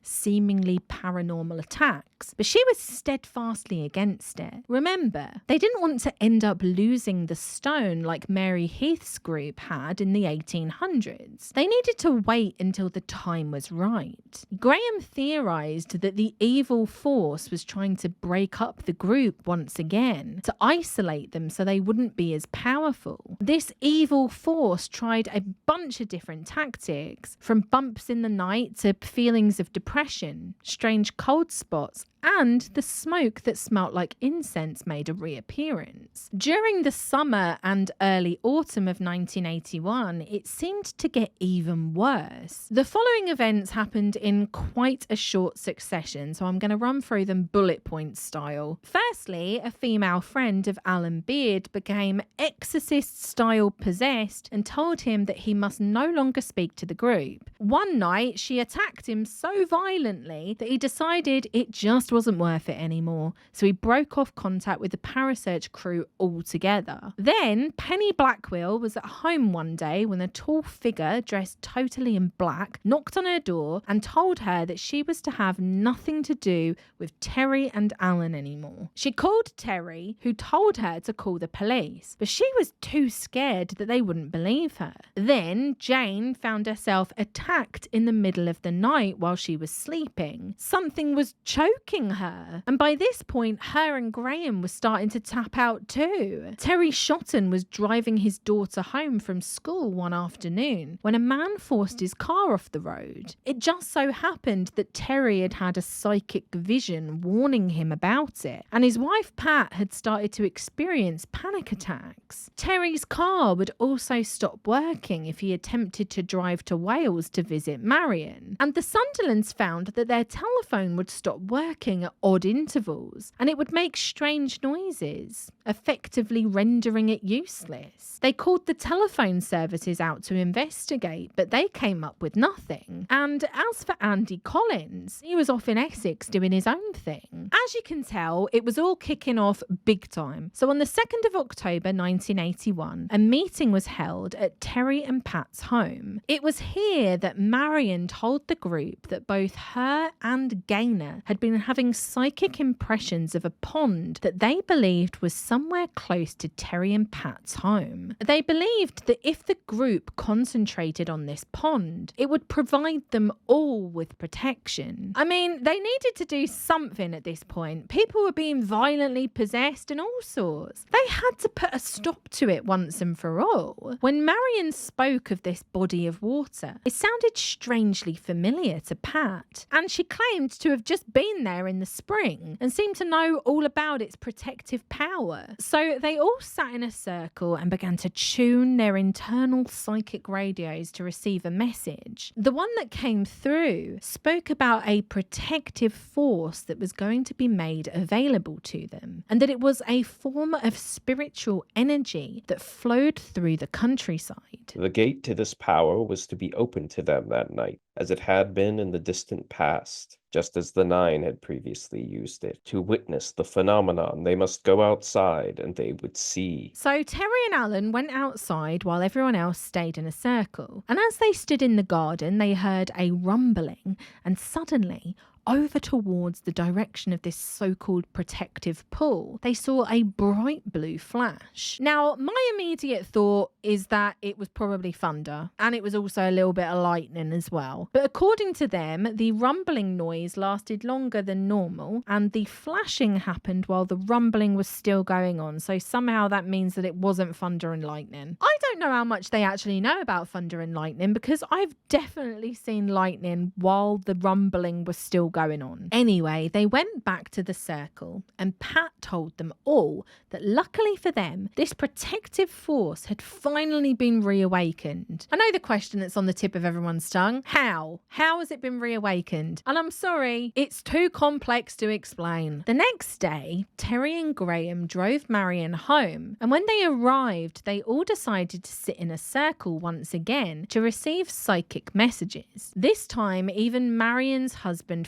Fred joined them. Gaynor was supposedly asleep in bed. But let's be real, if you were a teenager and all the adults were downstairs doing some weird psychic shit, would you stay asleep for very long? I know I wouldn't. She soon came downstairs and told them that she felt as if the lady in white was trying to get in contact with her. She then appeared to fall asleep on the sofa, but when Marion and Fred tried to wake her up, they couldn't seem to do it. It was more like a psychic trance than any kind of regular sleeping. When she finally woke up, she said, "I can't explain it, but all at once I found myself on top of a hill. I was standing beside an oak tree with an opening running through the base of its trunk. And my lady in white was beside me. She told me that this was where we would find the power to overcome and destroy the evil." It was at that point that both Terry and Marion claimed to have had dreams the night before of an oak tree. And again, I wonder why they didn't say anything up until this point. We all know how important this group's dreams and premonitions are, but they seem to always be waiting for someone to say it first. And only when somebody says it first do they suddenly feel comfortable in saying, "Oh yeah, I've seen that too." Also remember that this isn't the first time that Gaynor had the image of an oak tree either. Earlier on, she claimed that this would be where they would find the answers to all of their questions. So again, if people were really having these dreams about an oak tree, I feel like someone would have mentioned it. The lady in white had given Gaynor some specific instructions. They were all to meet at Terry Shotton's home on the 12th of October, and it was there that they were to prepare for what was about to happen next. The 12th of October arrived, and so did the Parasearch crew on Terry's doorstep. Present were Marion and Gaynor, Graham, Alan, and Alan's psychic friend Trevor Johnson, who, shock horror, had also been having psychic dreams and visions about the entire state of affairs. I love how they're just bringing in new side characters this late in the day. I've only just been able to memorise the core group, and now you're giving me more names to remember. The group sat in a circle and focused their attention on trying to pick up some messages. After all, they'd barely been given any instructions for what was to happen next. They were all kind of floundering a little bit. All of them claimed to receive the words "the Mount" psychically, and Marion was adamant that they go there tonight. The only problem was nobody knew where or what it was. As we know by now, these psychic messages do not come with coordinates. So back to the trusty maps they went, and they discovered that around 30 miles away there was a place named the Mount. Now, I tried looking at the same Ordnance Survey maps that the Parasearch crew would have been looking at, and I couldn't find anything in the area called the Mount, but the maps may have been different back in 1981. I can also just imagine Graham with his Ordnance Survey map laid out and him just like scrawling in little bit of like biro on there, the Mount, trying to make it look like it was part of the official map. I wouldn't put it past him. I'm not making any allegations, all right? I'm not making any allegations, I'm just saying. Everyone except for Gaynor and Pat set off to this place called the Mount in Terry's car, and when they arrived, they noticed a single oak tree on the horizon, just like Gaynor's sketch and the message that she had received from the lady in white. Now, I can't be 100% certain on this, but I am fairly certain, at least certain enough to include it in the video, that this oak tree is actually quite well known, and it's part of the Boscobel house in Shropshire, which was 30 miles away from the Shotton home in Saverley Green. It's called the Royal Oak, and although it's not the original, it's supposedly a descendant of the tree that King Charles II hid in to escape the Roundheads after the Battle of Worcester in 1651. Today, it has a fence around it, but I'm not sure what the situation was in the 80s. The Parasearch crew claimed that they were able to form a ring around it, and that they all held hands and concentrated on getting another psychic message. Everything became quiet and still, and then they felt the ground underneath them begin to rumble. Now, I'm not sure how prevalent earthquakes are in the Midlands. I'm going to hasten a guess and say not very. So this rumbling must have meant something magical and mystical, right? After the rumbling, it all went quiet again. And that was when they received another psychic message. It told them that nearby they would find the ancient ruins that were known as the White Lady's Priory. And it was here that they would find the final secret. White Lady's Priory was home to Augustinian canonesses who wore white religious habits, and the exact dates of the foundation are unknown, although it is believed to have been built in the latter part of the 12th century. Now, if I had received that message, I'd be in a hurry to get down the road and check out the Priory for myself. But this lot all decided to go home for the night. I mean, come on, talk about bloody lazy. All they've done is hold hands around a tree and they were like, you know what, that's enough for tonight. The absolute gall of these people. They're on this super important psychic quest and they keep just putting it off. Oh, no, I can't be asked to do it now. I'll do it a bit later. Oh, don't worry. We'll do it tomorrow. Don't worry about it. Anyway, they got back to Pat and Terry's house, and when they arrived there, Pat told them that she had felt a strong presence in the house and that she too had gotten the psychic impression of the White Lady's Priory. It was at this point that Graham Phillips and Martin Keatman chose to reveal that Gaynor, Marion, Alan, Terry, Pat and Penny had all experienced vivid dreams of a grassy earth mound somewhere in a wood, which they had felt to be near the centre of England. They had no idea what it was, but there had been many speculations. An ancient tomb, the tomb of Guevara, or even an Egyptian princess. Perhaps the secret vault in the mystical tradition of the Rosicrucians. Whatever it was there in that small area beside White Lady's Priory. So it was supposedly a Sunday in early November 1981 when they finally visited the White Lady's Priory. Apparently, up until that point, Marion and Gaynor had said that the vibes weren't quite right, but now they were supposedly okay enough for them to visit. Those present were Alan, Terry, Marion, Gaynor, the London businessman Peter Marlowe, and Alan's psychic mate Trevor, who had also brought his wife. I know it's a lot of names to remember, but I would feel remiss if I didn't tell you exactly who was there. They started to examine the area and they soon found a pathway that led from the Priory to a mount that they claimed was 6 feet tall and 15 feet wide near a babbling brook. And they also made a point of noting that all of the trees on top of it were dead. Now, I tried to narrow down whereabouts this mound might be by looking at the OS maps. We can see an area just off to the left of the White Lady's Priory that has trees and ponds. And it's also close to an area that contains earthworks. When you look on Google Maps, you can't really see any mounds or anything that stands out. But I'm fairly certain that this is the location. But if I'm wrong, in my defense, they didn't put coordinates. Nobody tells you where anything is in this story. You just have to figure it out for yourself. They all began to concentrate on the mound, and they got really bad vibes from it. Gaynor felt such a strong depressive feeling there that she burst into tears. Graham soon showed up with Andy and 2 of their friends, and nobody told them that Gaynor had gotten all miserable from the mound. And when their 2 friends checked it out for themselves, they got the exact same feeling and rushed back to the group in floods of tears. Then, if there weren't enough people at this site already, Penny Blackwell showed up with her mate Joyce. And she was like, nope, the vibes here are well and truly off, and so am I. I mean, it was probably annoyed that there were so many bloody people there. On the 20th of December 1981, Graham Phillips appeared on a BBC Radio Midlands broadcast talking about the tomb, and he was quoted in the paper as saying, I have actually been to the site, which is secret at the moment, and there is certainly evidence of old earthworks.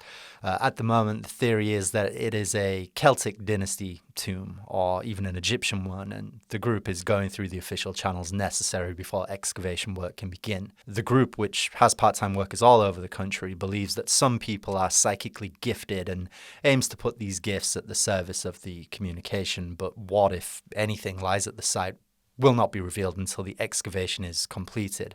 If theory is borne out, though, it could be the find of the century. On the 15th of January 1982, the story appeared in the press yet again, this time in a write-up by journalist Chris Eldridge in the Coventry Evening Telegraph. Martin Keatman was photographed holding the sword and the casket, and inside the article the group claimed that the supposed tomb was currently in the hands of archaeological authorities, whatever that meant. I dread to think what the Parasearch lads class as archaeological authorities. They asked Graham Phillips if he could substantiate his account of a quest for a lost tomb, and according to the Evening Telegraph, he said he was in the final stage of writing a book on Parasearch's investigation, and his contract with his publisher, Neville Spearman, prevented him from divulging further information or identifying the archaeologists involved before the book was published, which he hoped would be in the next few months. That's right, my friends. Graham was supposedly in the final stages of writing the book, The Green Stone, before the final showdown had even happened. So everything that I'm about to tell you is definitely true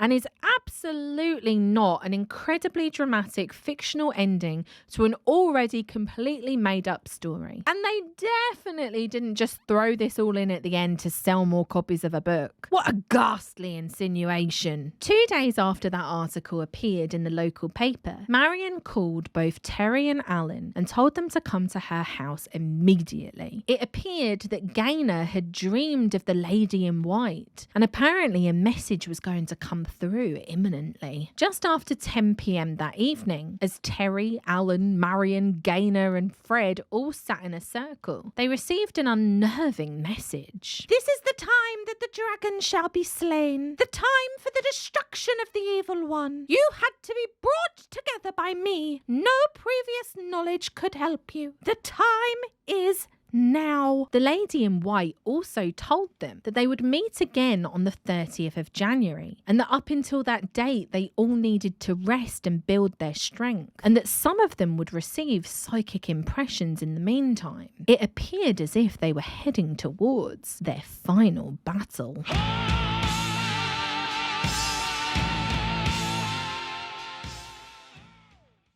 About a day after the message from the lady in white, Graham claimed to have a dream in which he was told that they needed to build a 3D 8-pointed star. He even remembered the exact shape, size and colour that it needed to be. And Alan's mate Trevor Johnson ended up building it for them. He was very talented in that regard. Or at least I assume he was, because I've never seen a picture of it. On the 30th of January, the group sat around the table at Marion's home and waited for their next instructions. Both Marion and Pat began to feel what they called a familiar presence, and they were told that they needed to prepare for a battle with the evil one on the 1st of February, a mere 2 days away. It seemed like it was Imbolc all over again. This battle was to take place at the White Lady's Priory, and the message told them that they would be able to call forth the power to destroy the evil one from the place of darkness, which was the mound that they claimed was an ancient tomb, right? Remember that place of darkness? That's the mound, right? According to the message, they were to use the Meonia Stone to activate the force. And this is some powerful stuff. If the group didn't protect themselves, then they would be wiped out by it. This protection would be given within the walls of the Priory. But the Priory alone wouldn't be enough to keep them safe.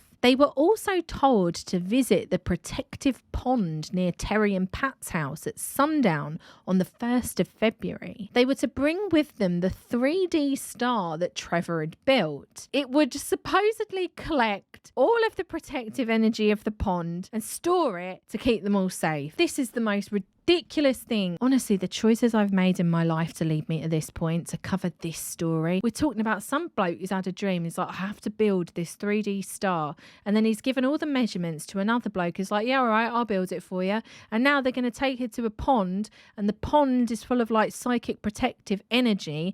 And they're somehow going to take all of the energy from that pond and put it into this star so that they can protect themselves from the forces of evil. Simple as, really. Somebody's got to make this into a movie. I offer myself to write the screenplay. I'll do it. I will do it. After charging the star with the protective energy, they would then need to go back to the White Lady's Priory with the sword, the stone, and the star. And while there, they would have to place the Meonia Stone on top of the place of darkness, the tomb, or the mound, whatever they want to call it. Mound, tomb, I'm forgetting at this point. And then once they'd placed the Meonia Stone on top of this place of darkness, they then had to seek the protective shelter of the Priory. Now, once they'd done all of this, the lady in white would then appear, grab hold of the green stone, and use the power within it to defeat the evil one once and for all. Actually, the more I think about it, it does actually make sense. It's a very simple story. What could go wrong? The group asked what the evil one actually was, but they got no answer. Once again, I assume it was just too complex. But they were told that it would appear to them as a huge bird of prey. Now, remember when Marion psychically battled the witches at the Rollright Stones from the comfort of her living room? And I hope you do remember. I hope you're taking notes and consulting them as we go along. Anyway, when that battle happened, she claimed to see a huge winged mass appear above her. So I'm assuming that this is kind of the same thing. Only 9 of them were allowed to go.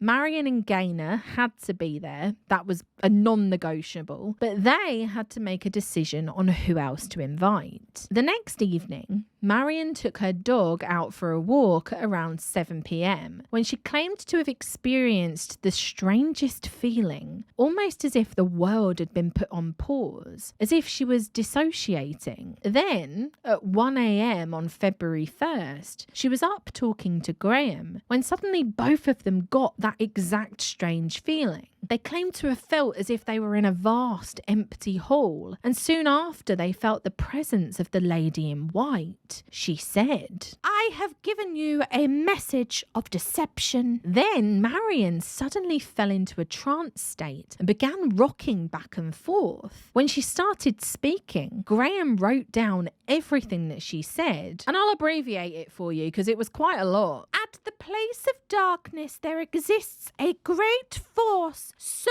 terrible that for centuries none of us dared to release it. No one has the power to control or direct it. The Meonia Stone holds the key to this force. With it, the dark gate can be opened. Since the force released from the place of darkness cannot be directed to destroy the evil one, he must be lured there in order to be destroyed. She then said that she had deliberately told them to leave the Meonia Stone on the mound, the place of darkness, because the evil one was eavesdropping on her messages. So she basically devised this whole fake plan to throw him off the scent. And if you're thinking, hang on, if he was eavesdropping then, why ain't he eavesdropping now? Well, apparently she'd cloaked this message in secrecy, and she had deliberately not cloaked the previous message so that he would follow the fake plan, go to the place of darkness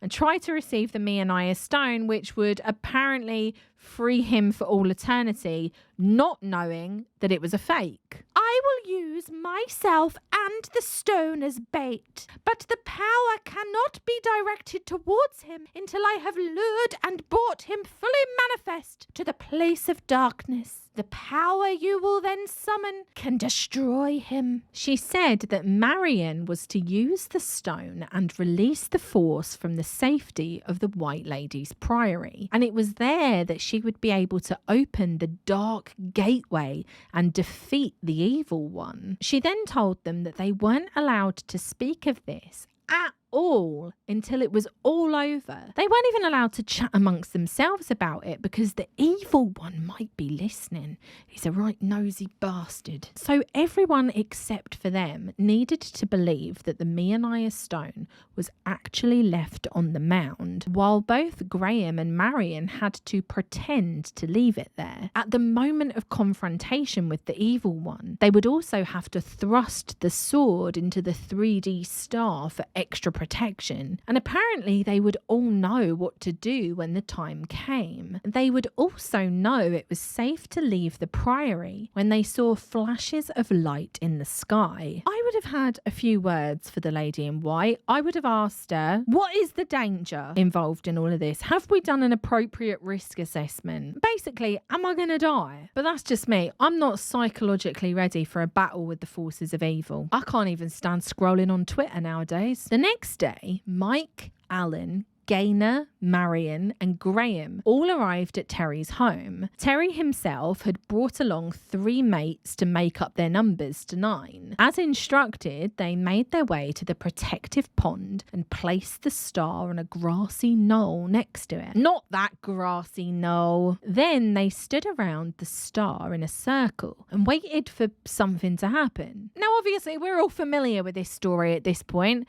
Nothing tangible actually happened, but Marion claimed that she had a good vibe and that everything was happening as planned. After charging the star, they went back to Terry's house to fuel up for the battle that was to come. None of them knew what to expect, so they must have been quite scared. At around 8 p.m. that evening, they left for the White Lady's Priory, and once they parked there, they gathered up their torches and walked towards the mound, place of darkness. It was there that Marion left a fake stone to entrap the evil one, and she quickly hurried back to the safety of the Priory where they all stood in a circle around the star that at this point was heaving with protective power. When Marion was interviewed in 1981, before the release of the book, she gave a slightly different story. When we got there, we took the stone to what we discovered was an ancient burial mound lying about 50 yards from the Priory, surrounded by trees. I felt that there was something very powerful going to take place at 9:30, and under the circumstances I thought it would be much the best thing to retreat to the safety of the Priory, to wait and to see what took place. She doesn't mention leaving a fake stone and keeping the real stone on her. She just says that they took the stone to the place of darkness, the ancient burial mound or whatever it's called, and left it there. They also don't talk about the 3D protective star or the lady in white. In a much later account, Graham Phillips said something similar. So there was 9 of us present. Marion put the stone on this mound. We retreated to within the walls of the Priory, and we had to wait until 9:30 at night. I seem to remember that time was important because there's something to do with the planets in that position. They had to be in a certain position, according to Marion, anyway. Again, no mention of leaving a fake stone. And part of me wonders whether he's actually forgotten the intricacies and details of his own story, the literal story that he wrote. I also wonder whether or not this was all added in to up the peril and terror as the reader heads towards the finale. It's interesting that they had already gotten a book deal at this point. And obviously the publishers want something quite salacious. They want to end the story with a big bang, something that's juicy and paranormal, a showdown with the forces of evil. So they may have just had to make it all up, much like they made up this whole bloody thing, but that's another matter entirely. As they stood within the confines of the Priory, Marion suddenly broke the circle, raised her right arm to the sky with her fist clenched, and then suddenly a noise pierced the silence. Once we're within the grounds of the Priory and actually inside the walls, there came the most eerie screeches from the woodland area where the stone had been placed. These certainly not made by anything in the natural world that I know of. Certainly no birds or animals ever made noises like those. It sounded like it was coming straight for them, and suddenly Terry, Alan and Graham all broke the circle. They were terrified, but Marion commanded them to stay. Suddenly the noise, whatever it was right above their heads, and Marion quickly told Graham to grab hold of the sword. She then summoned the power of the 9, the Meonia Stone and all of the powers of good, and she channeled it all with her mind towards the evil floating above them. Then she told Graham to thrust the sword directly into the heart of the star. He did as she commanded, and suddenly a blinding light came from the place of darkness, along with an extremely loud crash. In the sky, again in the area of the woodland, where the stone had been placed, there came sort of 5 brilliant flashes. And these came in fairly quick succession, but spread over an area, say in the sort of the woodland area, and they were certainly brighter than anything that I have seen sort of man-made, so to speak. Really sort of brilliant. They lit up the whole of the area around about. The lights hovered above the copse of trees that signified the place of darkness. And then 5 spheres of brilliant white light floated silently in the air before merging as one, moving towards us and exploding with a blinding flash and an ear-shattering bang. Then there was nothing, just silence. And Marion suddenly burst into tears, overwhelmed with emotion because she knew then that it was over. They had finally won. They had defeated the evil one, and good had triumphed. We all started to make a dash back for the cars. I kept looking, as we ran across back to the cars, I kept looking back towards the trees to see whether I could see anything that could have possibly have been the cause, but it was nothing. It was just all blackness, as if nothing had occurred. We got back into the cars. I was quite shaken. I think everyone else was. And we just got away from the place as quickly as possible. When they finally got back to Terry's house and relayed the experience to Pat and Gaynor as they all sat around the fire, Alan asked, "Is that really it? Is it all finally over?" In response, Gaynor simply lifted her head, smiled and said, "For some of us, perhaps."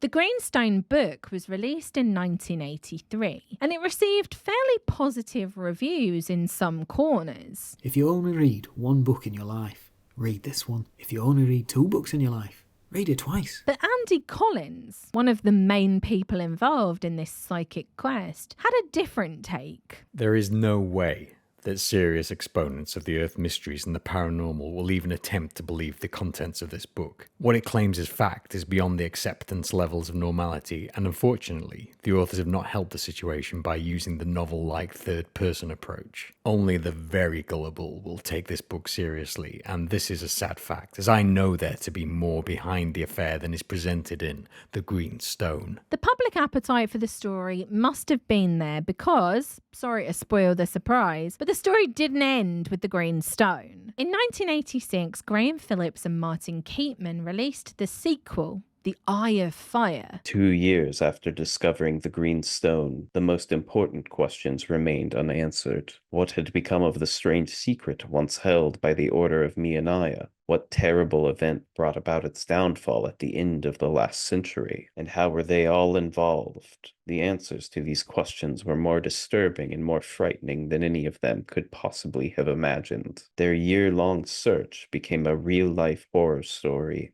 A nightmarish race against time to seek the Eye of Fire and discover its terrible secret. Now, I hope I've whetted your appetite enough because at some point in the near future, I'm sure that I will be covering the Eye of Fire. So keep an eye out for that.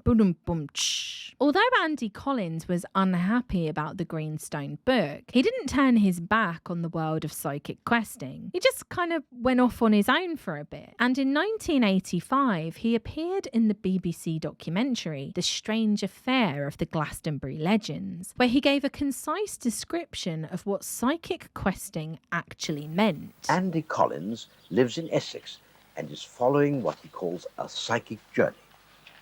A journey which will take you from place to place, almost like stepping stones, finding confirmations, odd occurrences taking place, bizarre coincidences, which themselves will spur on the proceedings, complete with more psychic information, onward to some unknown goal. And again, I have covered Andy's version of events over on Patreon. So if you want to support the channel and get some bonus material, then make sure to head over there. The documentary also featured the Meonia sword. This is the sword. A quest over hundreds of miles of England has led to its discovery. Its very existence, the existence of this sword, suggests that psychic quests can end up in success. After that documentary aired, Andy found himself embroiled in another psychic quest with a whole new cast of characters in search of the 7 swords of Meonia. Interestingly, the people that kick-started this new quest had gotten in contact with him after seeing him on the telly. One of them was a Mormon who claimed to have been visited by Joseph Smith's angel who had shown him 2 swords. Eventually, Andy wrote about the quest in the second half of his book, The Seventh Sword, in 1991. So again, if you want me to cover that quest too, let me know in the comments. We could do a whole series on this. The absolutely bonkers world of psychic questing. For a while, psychic questing seemed to be the hot new thing in the worlds of earth mysteries and the paranormal. And there were quite a few books that attempted to tap into the popularity of the Green Stone. From Alex Langston's Bega and the Sacred Ring to Michael Allen Smith's Sun and the Moon, The Hill and the Well, Grace Carey's Web Quest, and Jack Gale's The Circle and the Square. Now, if you've actually heard of any of those, then you're a proper psychic questing nerd, because all of them are out of print and are somewhat hard to get hold of. In 2022, Giuseppe La Rosa released his book, The Chronicles of Meonia, which detailed his involvement with the Parasearch gang from 1981 onwards. He met them through a newspaper reporter friend of his, and they even took him to the White Lady's Priory, where Terry told him that Graham was working on a book.